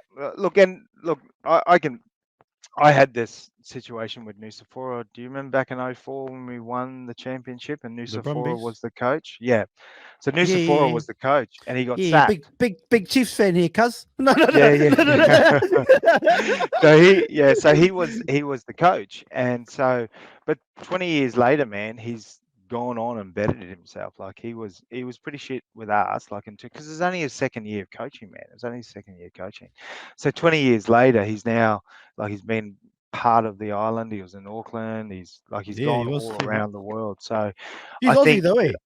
yeah, no. He played for Queensland, man. It was a great hooker. Oh, Um, so yeah, so to have him back, like in terms of the high performance, because this is the thing for Joe. Like, he needs players. He needs cattle, mate. Like, this has Yeah. been, like, as I sort of said in an interview with Eddie Jones, I said, look, in terms of selections, he's really been handed a shit sandwich without the bread. Like, it's really Mm. like, it's just a pile of shit. Like, we have continuously gotten worse. So we're getting now probably the 16th to 20th most talented kid coming to Union, because everyone's Because going league. off to other sports. Oh, Yeah. league, What's it? AFL. If you Yeah. look at Yeah. body shapes, bro, if you look at body shapes, yeah, apart from your props, but even your second row is now a ruckman or full Yeah. forwards in AFL.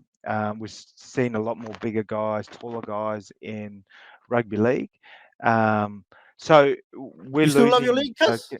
Oh, Like, bro, that's all I watch. I don't watch rugby. Like, a very, oh, look, I watch it because I've got to yeah. keep current. Um, a lot of it is like Who's your team? watch through a You got a game. team? Oh, Newcastle Knights, bro. Like, because No, when we true. won the championship in '97, Yeah, Joey, that was their year where they won Joey it and as Darren well. Albert. So, mate, yeah, Joey John's come with me, man. Um, so yeah, no, mate, it is the greatest product in sport, like in terms of a product and entertainment, because everything's about pay TV, man. Like, it's like my view on women's sport, right?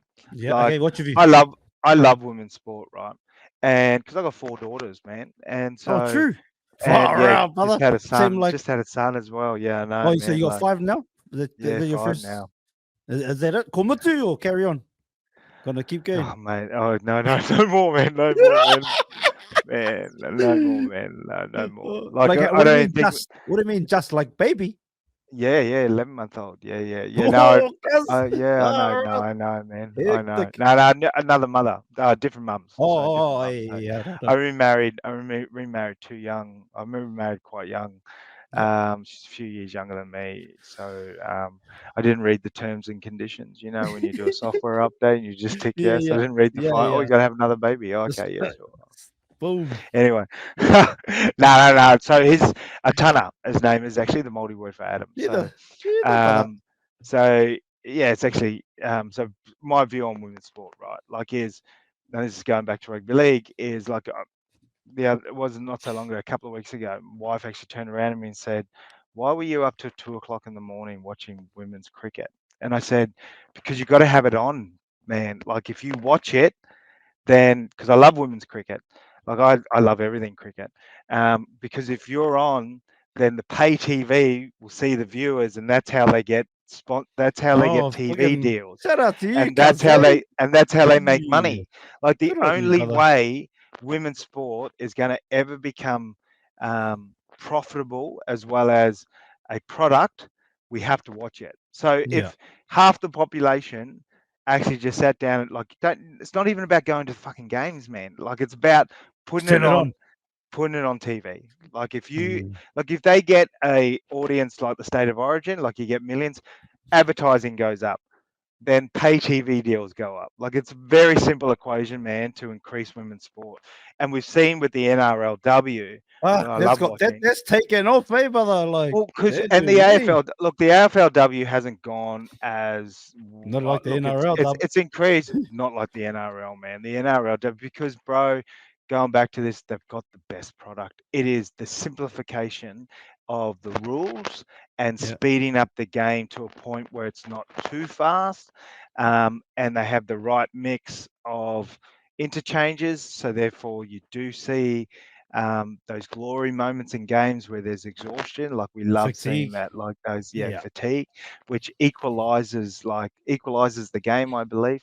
But in terms of watching a live game, I can watch all 8 live games over a weekend. Like, what a I let's don't, go. because I don't have the Yeah. time having a baby, but in terms of getting to watch them, yeah, I can at least get to watch one or two. Rugby, bro, Well, if you're watching the we've killed Warriors the and the game. Knights this weekend, because that's Up my the team, up the Waz, Waz, up up the the Waz. Waz. If you I want to watch love the the Knights and Waz. the Warriors, we're watching it on stream this weekend, cuzzy. No, my hara Yeah. mate, come off. Oh, bro, On man, they Sunday. are. But this is it, right? Like, and the salary cap now too. What they've done, thankfully, Penrith though, because they've got the best juniors. Wow, They've, really, brother. they've luckily been able to like get raped and pillaged in terms of their players, right? Because they have to And just salary cap. They've keep got to offload, recycling, brother. but they New keep ones. mate. It's the Crusaders type model, right? But the Mm. game itself, man, is an incredible product. Problem for AFL. Look, AFL will always be very strong in Australia, but Yeah, of for course. me personally, the game on TV doesn't give it justice. Like, because Nah, really, because it's it's the me when you off. watch a live game, me. Oh, it's All incredible. the Yeah, it's incredible. off-ball stuff in there, Incredible all the game. screens they Yeah, see it. Just, I'm not but a yeah, big you're right. watcher of it. Nah, I'm me not a neither. big But you're right. It is way different. If you watch it on, it's hard for them to do it on TV, because it's just Oh, all over the place. 100%, man. No, you can't encapsulate that experience of what it's really about the hard work players do off the ball, right? Like Yeah, so. brother. Whereas in league, it's and man, what an incredible showcase, man, in Las What about Vegas, Las where Vegas? Yeah, what's your thoughts on that, bro, guys? Like, oh my god, like because because I there's going actually to be know a Rugby Anthony World Cup. Seabolt. I There's know going to be a Anthony Rugby World Seabolt. Cup there in Oh, the next yeah, World Cup after 2031. the Yeah, game. yeah, yeah, Yeah. yeah. No, no, it's a great move actually. Sterling Mortlock, I know, is a part of all that actually over in Yep. America. So, but in terms of those Las Vegas, Could you have scripted it better? What about the just the absolute, you know, how ferocious it was in the start, and you got four Oh, blokes with claret, like you got four blokes bleeding in the first 20 yeah. minutes. Just put some tape around and carry Check on. It's this like, out, America. and, Check this out, and America. did they fucking cut people on purpose, or was it Yeah, like yeah. did a Did they trainer come out say? and go fucking Nick like this one, man? Like it's like because you Because I could didn't not see have it either, scripted a brother. bit. I didn't see where the blood came from first, too. I'm Oh like, yeah, no, it was holy rip, different. what's going on here? Fake pills, fake pills. Yeah, There it is. boys. But no, man, no, no. I love the look. And it's only round three, and the games are spectacular. Like, and you've got this. They've just got like, and this is obviously the other thing too. They got to 17 teams where the talent is not could be spread. Like, I mean, look, we saw the West Tigers on the weekend. You know, Yeah, the once they boys. play as Up, well. up, Yeah, Benji. yeah, That's the bro. only Poly or My Maori coach in the whole competition, Bro, cuz. my Up, greatest claim Benji. to fame with Benji was we're out on night because my mate Billy Young owns the pub closest to the West Tigers, and so they were all there one Okay. night. I was having a good night with Benji, and I was like, he's like, bro, you're like one of my favorite rugby union players, and I was like, I was like, I was like, fuck, I was like, oh, this is fucking Benji Marshall, man, like, oh my god. Um, mate, and we were talking about his rugby career actually, and Yeah. I was like, bro, like, because I was rattling off. This is like 10 years after he played. I was like rattling off actual games and what he did in games because I knew everything that he had done in games. And he was like, "Fuck." I said, look, the problem I think with rugby league players converting in New Zealand is they don't get the coaching, like or the time in the position. I think more Nah, time, no the way. selection. Yeah, because Roger What about Tuivasa-Sheck, Rog? What man, about Rog, that brother? Like, should do you never think have they put him happened. in the wrong Nah, man, place? Was it the nah, wrong it wasn't. position for him, or Just man, let him stay there. They never kept him in there, mate. Like nah? he never got the time, and you could not have picked a better player to go over and play Union, man. He is all world class, and look, Liam McDonald's a great coach. Look, he knows better than anyone, and Mm. maybe I'm just a muppet for saying this, but I think we missed out on an opportunity to see a great player, man, because they didn't stick. Who cares if he wasn't world class in his first fucking one or two games, man? Like, give him a year. You know what? Actually, what I reckon he should have done, he should have gone to Japan for his first 12 months, like Oh, okay, yeah. played against Muppets there. Like, so if But he would any have, rugby league got time players, in the saddle the whole time, eh, brother? if you rugby league players, if you ever want to come over to rugby union, go to Japan first, earn a shitload of coin, go on a sabbatical, like Joey Manu's do. No, Yeah, Joe he's was off to muted. That France. like he's off to Is he France. off to? He's off to France. Man, should have gone to Japan. Japan, man. Like way easier, man. Like, but Fuck, so it's gonna be cool to go see to him play though. Japan, take it. Oh, I can't wait to see Joe Manu play. Go for 12 months, learn the game, like learn the environment, like learn the skill set, like positional play, like when to go in, like when to commit, when not to commit into the break, all that sort of shit, right? and then come back to Super Rugby, then come and play Super Rugby. I think you need a year. I wouldn't go to France or Europe because it's just, They're mate, it's hearty tough. over there. It's tough footy, Yeah. man. It's tough footy. If you're a top rugby league player that can be just poached straight to rugby union, go to Japan first. There's advice. But Yeah, oh, go you follow know, the I love, blood drip. man. Benji just completely revolutionised the game, man. And he just was one of those players that was pure instinct. Like he's like a Stephen Larkham to me. Like in terms He of changed the that's the game. type. Like not many people were doing like fake to go short and go long, fake to go long, go short, like all that kind of Right, stuff, like that, all that that deception. He footwork, brought all that man. touch into the game. That footwork into space, man, and that ability. Like so, the for me, like so when you're attacking, right, like all you're trying to do is get a defensive player to either turn this way or that way. That's all you're doing. Yeah, Like basically what you're doing, or straight on, right? So you got three positions: left, right, or straight, right, right. yeah. And so what Benji did incredibly well was the first player to ever do it. Was when he got into space and he was sideways, he would straighten up, and then so the defender would be stuck on him, and he had that no look pass. He was the very first one to ever Ever. straighten up defenders, ever straighten up defenders. Like that ability to Yeah. get into space and straighten. Like it was But he just, literally changed the game because like Sean it did. Johnson's and all of those fellas that started doing it later, it Everyone all came came off after Benji. him. Nah, it all Yeah, came off Benji, mate. Look, all came off Joey, Benji because Joey was a freak, like with respects to controlling the game, but I yeah, just think Benji took it to another level personally. Like, yeah. but I think, yeah, it's just his control though. Like his control wasn't as high as Joey John's, like of a game, like his players, and also too, I And think. he got a bit better when he was older. I think a lot of people forget too. He had like 5 shoulder recos too, but like that's got to take it out of you Yeah, too. no, Like, correct, right? Yeah, no, injury as well, man. No, injury as well. Um, but yeah, I think we started on Dave Rennie. But anyway, like, oh, yeah, but sorry, then bro. hey, Like, yeah, no, love my we're now. I doing love my it. rugby league, cuzzy all day up to us, baby. Oh man, I love it too, man. I think. I love Well, I look, love if you them more look at, than the All Blacks, cuz. Actual brother, actual. bro, Give me mate, one premiership, cuz that'll be like 10 All Black World Cups.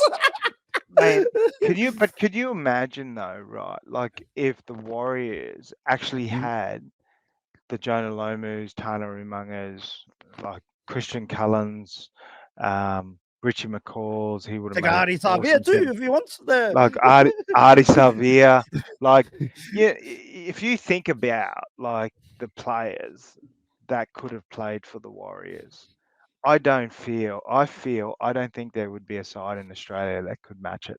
Like I Even even really even don't. even like Jerome Hughes and James Fisher Harris or Joey Manu will take some of that.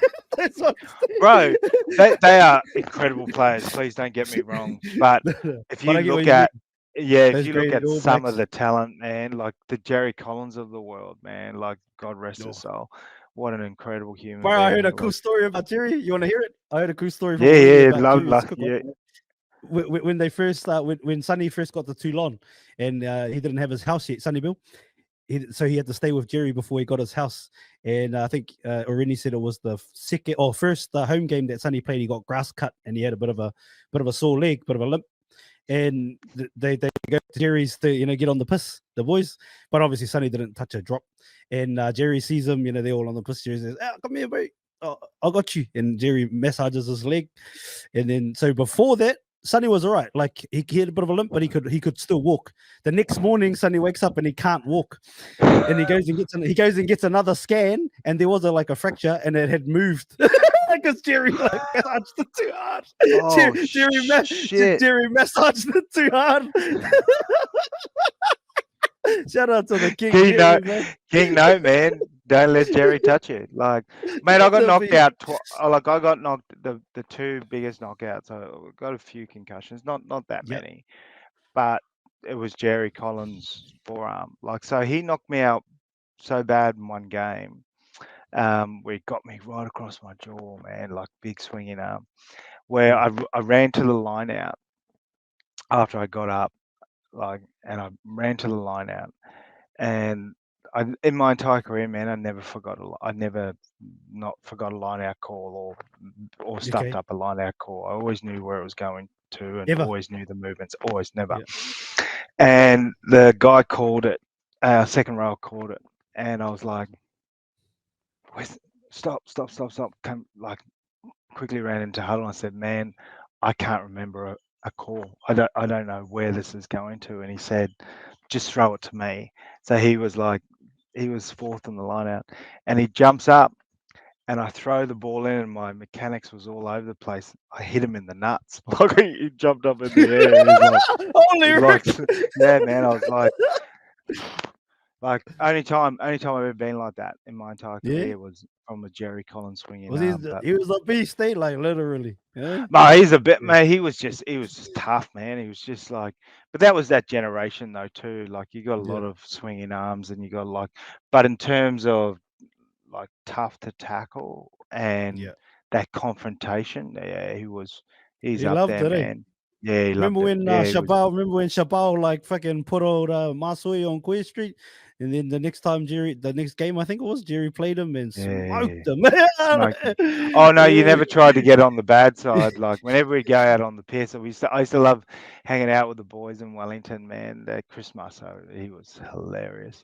But yeah, Jerry was like, man, don't worry, bro. You're in my town, man. I'm the mayor of Wellington. Like, it was just like you just walk in anywhere with Jerry, man. It was just, yeah, man. It was so sad, to hear that.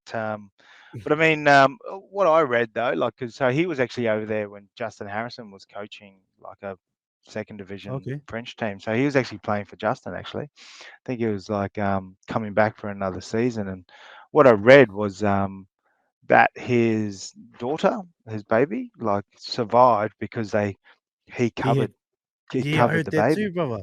What a weapon, Man, yeah. what a weapon. And that's what Arini even said, like that all the time. Jerry would like look after all the wives and make sure that they were all sorted, because then all the wives knew, well, when they're going with Jerry, it's going to be a couple of days before we see the boys. But like, but he always looked after everyone, like all good, so sweet as Oh sweet. man, it's that presence though, right? Like, he just had that presence about him. So have you heard that taken American far dude? too young. Yeah, have you heard the American dude tell that story about Jerry just like meeting him and then like get like at the pub or whatever, and then just like freaking messages him saying, "Hey, this is my number," and then like if I can just become friends and start hanging out. He ends up in Wellington playing for playing in Wellington or something, and then he gets a few of his boys to rock up to the hotel where the bro is and give him like Jerry Collins jerseys and all this stuff, brother. Like, this guy that he met, he was like, just man, I did that with man, even Steve though he Moore played for that club in England, and then he wore their socks for the Barbars. Did you see that? Oh wow. Story? No, I didn't see that. That's amazing. Oh, you cut out, brother. So Can you hear me? What's Have you going got on me? here? Is your flattery bet? I don't know. I think we lost Jeremy Paul, fam. I can see you. I can see you. Cuz just jump out and come back in the link. Join in the link again, and we'll close it all up. Just jump out and come back if you can. Sometimes it looks like that. Shout out to the bro Jeremy Paul, man. What a legend. Maori brother, just like myself. Obviously played for the enemy. Our brothers, our Anzac brothers, the Wallabies. But proud Maori boy. And yeah, it's been an awesome chat with the bro. We'll have to I don't know what's going on. Here he is. He's back. We'll just chuck the bro in and finish this up. No, bro, I don't know what happened. I can see. No, I can see you. You were all there, and like, I don't know what's going on. Let me have a look. Oh, got to pay your bill. You can hear me though, brother. Maybe I need to leave and come back. I'll stay there, brother. I'll be back 2 seconds. Sorry. Yeah, I can hear you, bro. Pay your bill, bro. Yeah, we're on. Can you hear me a bit better now? Yeah, gotcha, bro. Gotcha. Oh, solid. I just have to go through the phone. What is this? Hori Productions. Oh, Hori Productions, my cuz. We keep the show running, brother.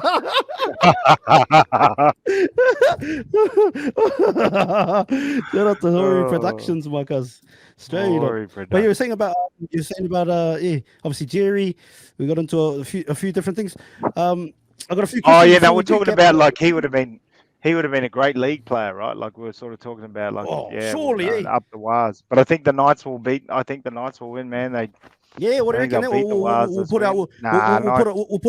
put a card on it then, cuzzy. So when I see my shout. Yeah. Gotcha. Probably won't ever Okay, see sweet. that from Hori Productions, but No, anyway. I got you, my brother. I'll pay my tax out. Hey, Where is it oh played? yeah. Is it played in Newcastle or It's, Auckland? it's played in it's played in your homeland, my brother. Yeah, it's Oh played in your shit! homeland. Oh. And Roger's at the back too. Roger's How at many fullback points? How finally. many points? How many points start you give me? Oh, never mind the start, Oh, cuz. Yeah, you said they're gonna win, baby. man, no, Auckland, man, you got to give some points, man. It's Auckland. Like, fuck. Oh yeah, I'll give you. I'll, Oh. I'll, I'll give you. I'll give you a 2 point then. Eh? 2 point. 2.5, sweet, done, Ah, two deal. and a half. All right, two and a half. Two and a Yeah, half. it's enough. Yeah, Yeah, done. let's go. Let's go. Minus. Are you taking the minus? plus 2.5. Good. Yeah, That's yep. two and a Sweet. half. Good. Yep. All right, Two sweet. and a We half. on. We on, my brother. All right. Fuck. Yeah. So Jerry, rugby league. Yeah, greatest game of all. I reckon. No. Tell I us think it about is winning the now, World Cup. man. I think it is now, man. I think rugby league is seriously the greatest game on the planet. Like I really do. Like the product, man, is just amazing. The entertainment value to keep someone like I'm very pedantic on my time in terms of what I watch and Yeah. but it'll keep me for 80 minutes easy, man. Like I think I mean I'm not the benchmark, but in terms of I've watched thousands of games, right? Like of rugby union, like since 96, 97, Yeah. particularly with review and all this sort of stuff over and over again. And man, they've just got everything right. Like they really do. Rugby league is just it's 5 in the grind, kick, like and just the and union has to come like we're now starting to see more of the blocker plays in rugby union. Like I said 10 years ago, man, I was coaching a club side where I live on the Central Coast here, and I started bringing in these blocker plays and formations like 12 years ago. Like because I was like, it's the way to manipulate a defense where you get them to turn that shoulder and. We finally have caught up 12 years later, like we're kind of now. But you see Ireland running those formations and those patterns. Yeah. It's very But there's similar to old. The what. boys are old leaguey too, though. Hey. Oh no, but that's how you like. Because see, what people don't understand about like high intensity test match footy is the calling structure. So Yeah.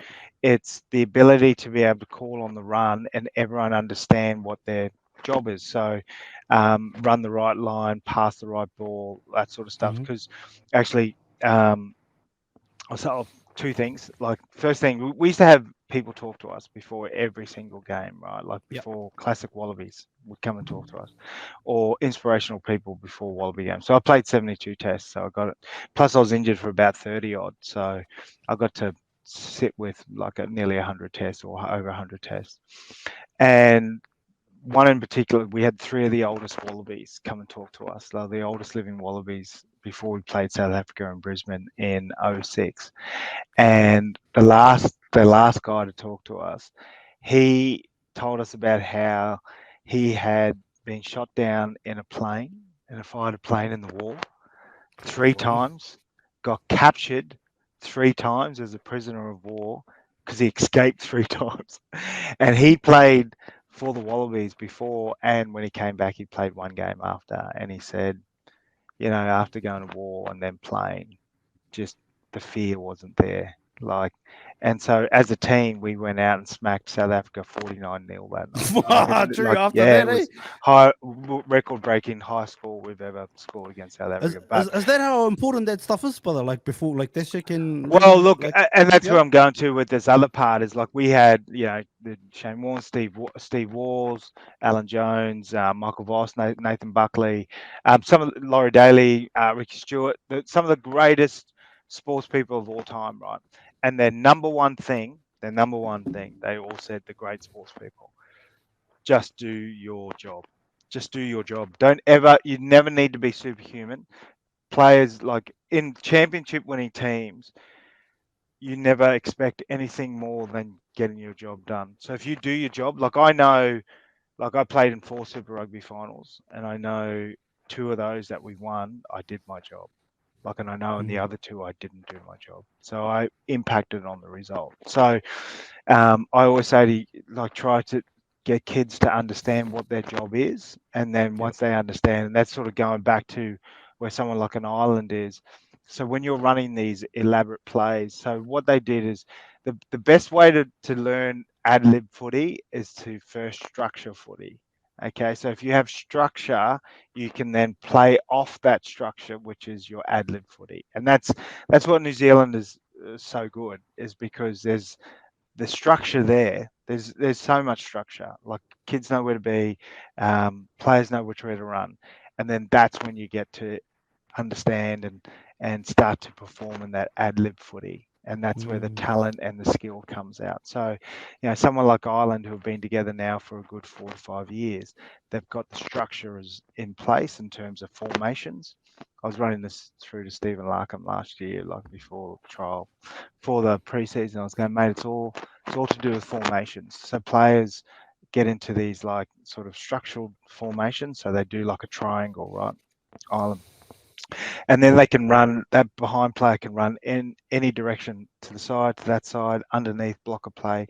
So it then allows the ability for the playmaker who has the ball to make a call or to just ad lib, because everyone knows what they're doing. Everyone knows their mm, job. So if you know your running lines, like you call, and it comes back to your calling structure. So a one word, like they believe that statistically at halftime, like when a coach talks, players will only absorb 7 words. That's all they'll absorb in 10 minutes.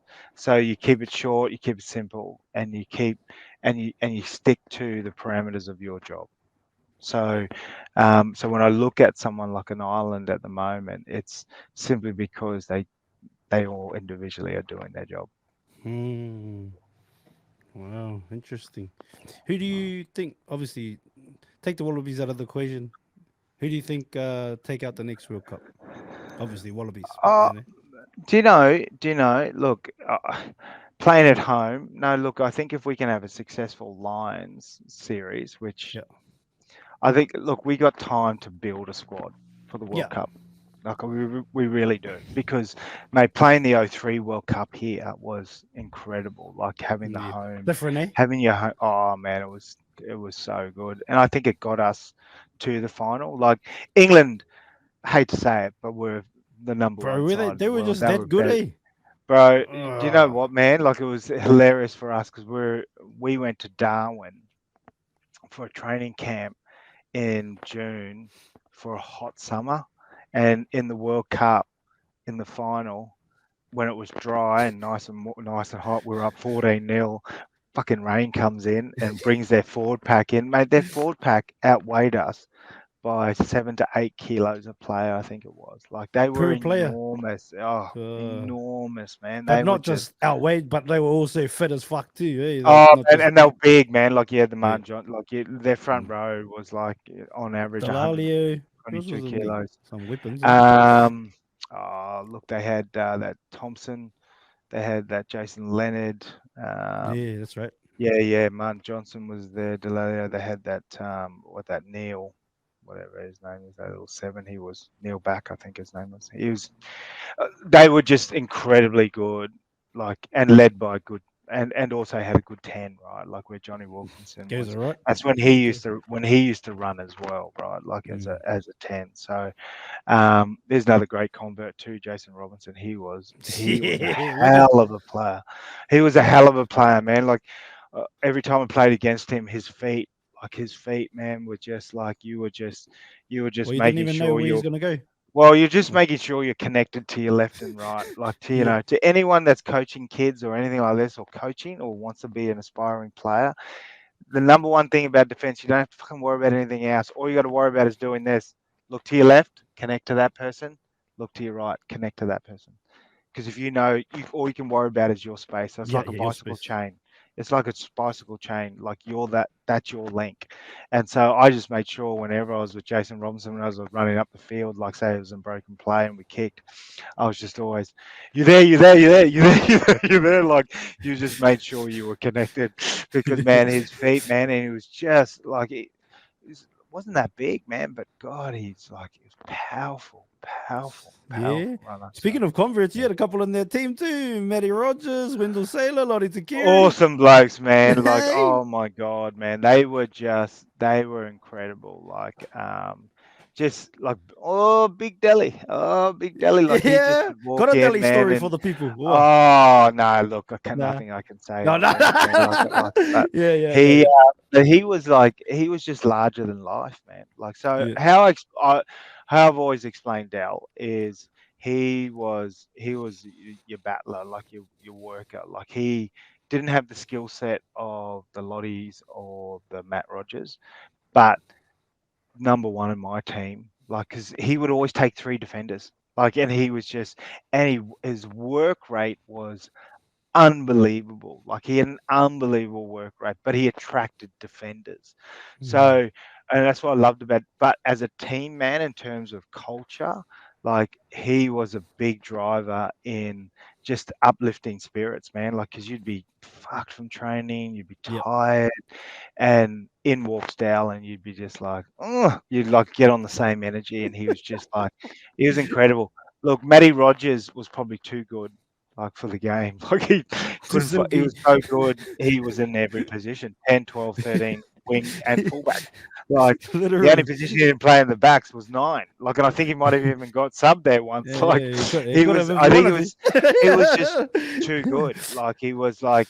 Um, and then Lottie, I think, was a combination of both of them. Like, his skill set, like his feet was insane. His feet was insane, and always beat defenders. His speed, he was the fastest guy in the Wallabies, and he was 105 kilos, man. The guy was a wrecking ball. Like he wasn't as like sort of shaped as big as Dell, but he was heavier Yeah. than Dell because he was taller. Um, but his skill set was, yeah, his Bro, why, ability to step why are out of try. Fijians so fast? They brother like so many. It's Mate, I played crazy. well. I think it's because they also too are 5 years older than what they actually say they Yeah, are on their yeah, yeah, passport. yeah. Like Yeah, shout we out to the Pinky brothers. Samo, man, DK, Yeah, one of the even him, greats, the man, of Kazi. the Broncos. He's Bro, fucking he fast played. too. I was playing Super Rugby, and he was Yeah, playing under 21s, right? yeah. The bloke is older than me. Like, he's older than me. Like, he was playing under 21s at 24. Like, I think he was like under 20. Sorry, under 20s. He was 24 because he didn't get his passport or his birth certificate until he got baptized. I think. Like, I Yeah, think yeah, that's yeah, how it yeah. goes over there. So, And the bro was like 8. uh, Yeah, no, no, yeah. yeah, he was. Yeah, correct. And he was 4. I think he was 4. So, Yeah. but what a player, man! God, What he a was player, a player. cuz. What a So many player! Like. gunny Fijians, all over the world, man. Well, supposedly there's like 1,200 Fijians um, currently playing in around the world in Professionally. competitions. Yeah, professionally, 1,200. Wow. Yeah, I think there's 1,200. just over 200 Australian players playing around the world. So you can see the 6 times more Fijian players Crazy. So, playing at so different levels and different comps and yeah, different yeah, sports. yeah, 100%, brother. And or even like last year, even I'm not saying this, it wouldn't be their fault. Like they would have gone hard. Like Marika is a freak, brother, and Vunivalu is Mate, what athletically a gifted, player! man. Like, I do you know He got I one of used to those say. medals you got too, eh? A Yes, couple man. Yeah, times. and almost, yeah, he got it twice. Like, I've said this often. Out of all the current players, like, Marika's actually only one of the only players I would have want to have played with. Like, like, because same with Israel Folau before his whole debacle. Like, as a Oh, purely I'm just separate the player. not as a Separate the player. player. Yeah, Yeah, the separate, player. correct, Yeah, right? Like, yeah, it should be mature enough to be able to say. yeah. But as a rugby player, yes, 100% would love to have played with him Why because not, brother? Freak. I played with all the greats, man. I played with all the Yeah. great players. So there's not really many players at all, if any, that I look at today would go, yep. Um, but But Marika and Izzy uh, were definitely one of the couple of them. absolutely, yeah, absolutely, absolutely. But Mo, we'll have to do this again sometime, Yeah, yeah, bro. hard, Like, when the 100%, my when brother. when the But Knights when the lights lift up the NRL trophies this year no, nah, to never beat mind the that. Warriors in the final. What do you Oh, reckon, bro? that'll Like, be on, cause Warriors we'll be at the Knights grand final. final together, brother. That'll Oh, be we'll be us. there, bro. That'll We be us, brother. 100%. It'll We're be us. on. We're on. Hey, We're on. but before you go, I got a couple of little questions for you, if that's all right. Yep. So you gave me your top 5 greatest players. Give me your top 5 hookers of all time off the top of the head. It's relative till now. Oh, look, I think Keith Wood being the number one, he changed the game really. Like, Okay. over in Yep. Europe, changed the game. I think John Smith, like, he was like just massive, like massive. Like, Yeah. and another South African player I thought was incredible as well was Bismarck Duplessis. Like I Duplessis. thought oh man, He's a Bismarck beast was too. He was huge. he was a beast. Like my God, like I Yeah. just loved everything about him. Yeah. Obviously Kevin Yeah. Mialami, man, is Yeah, probably that number Kiwi. one actually. Probably Kevy was incredible and obviously arguably one of the most gracious men you'll ever meet in your life. Just an Yeah, incredible literally. gentleman.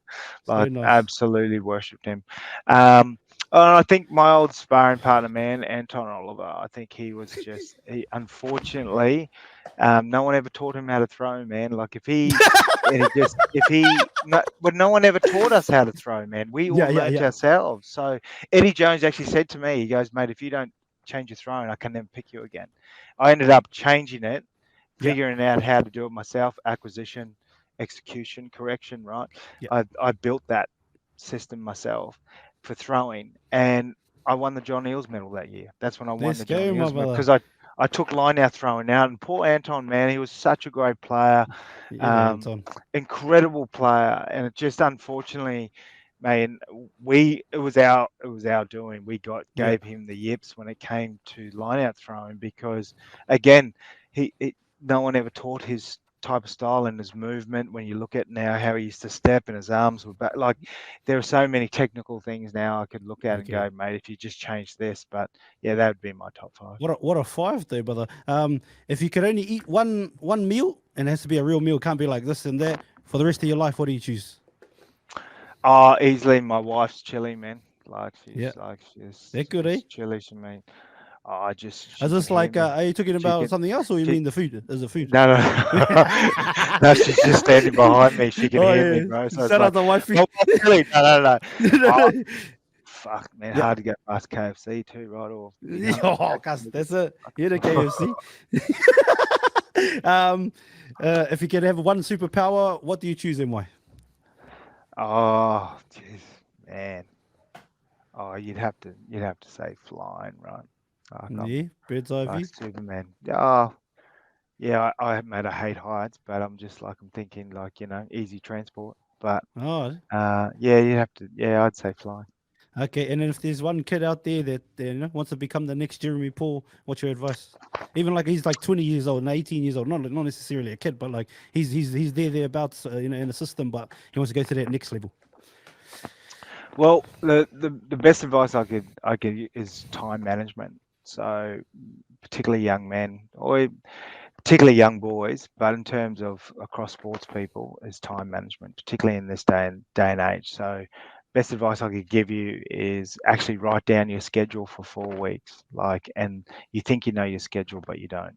So then you can adjust recovery, like how much time you're wasting on social media, your studies or your work, prioritize things, and actually figure out your time. It's all about your time.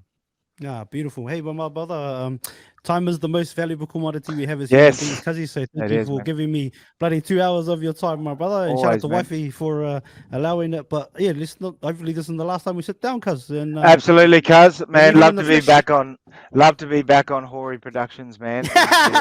if you end up back over in Perth, brother, hit me up. Come over. Man, I will. Thank you so much for watching this full episode of Mind the Mic. It takes a lot of time, energy, and effort to create these episodes. So to know that you've watched and listened to the entire thing means the world to myself and all our hosts. If you could, before you leave, please hit the subscribe button and share this episode out to as many people as possible.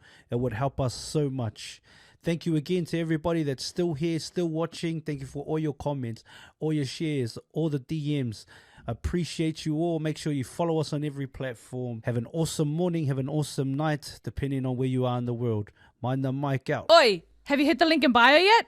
Watch full episodes on YouTube or listen on Spotify, Apple Podcasts, and all streaming platforms.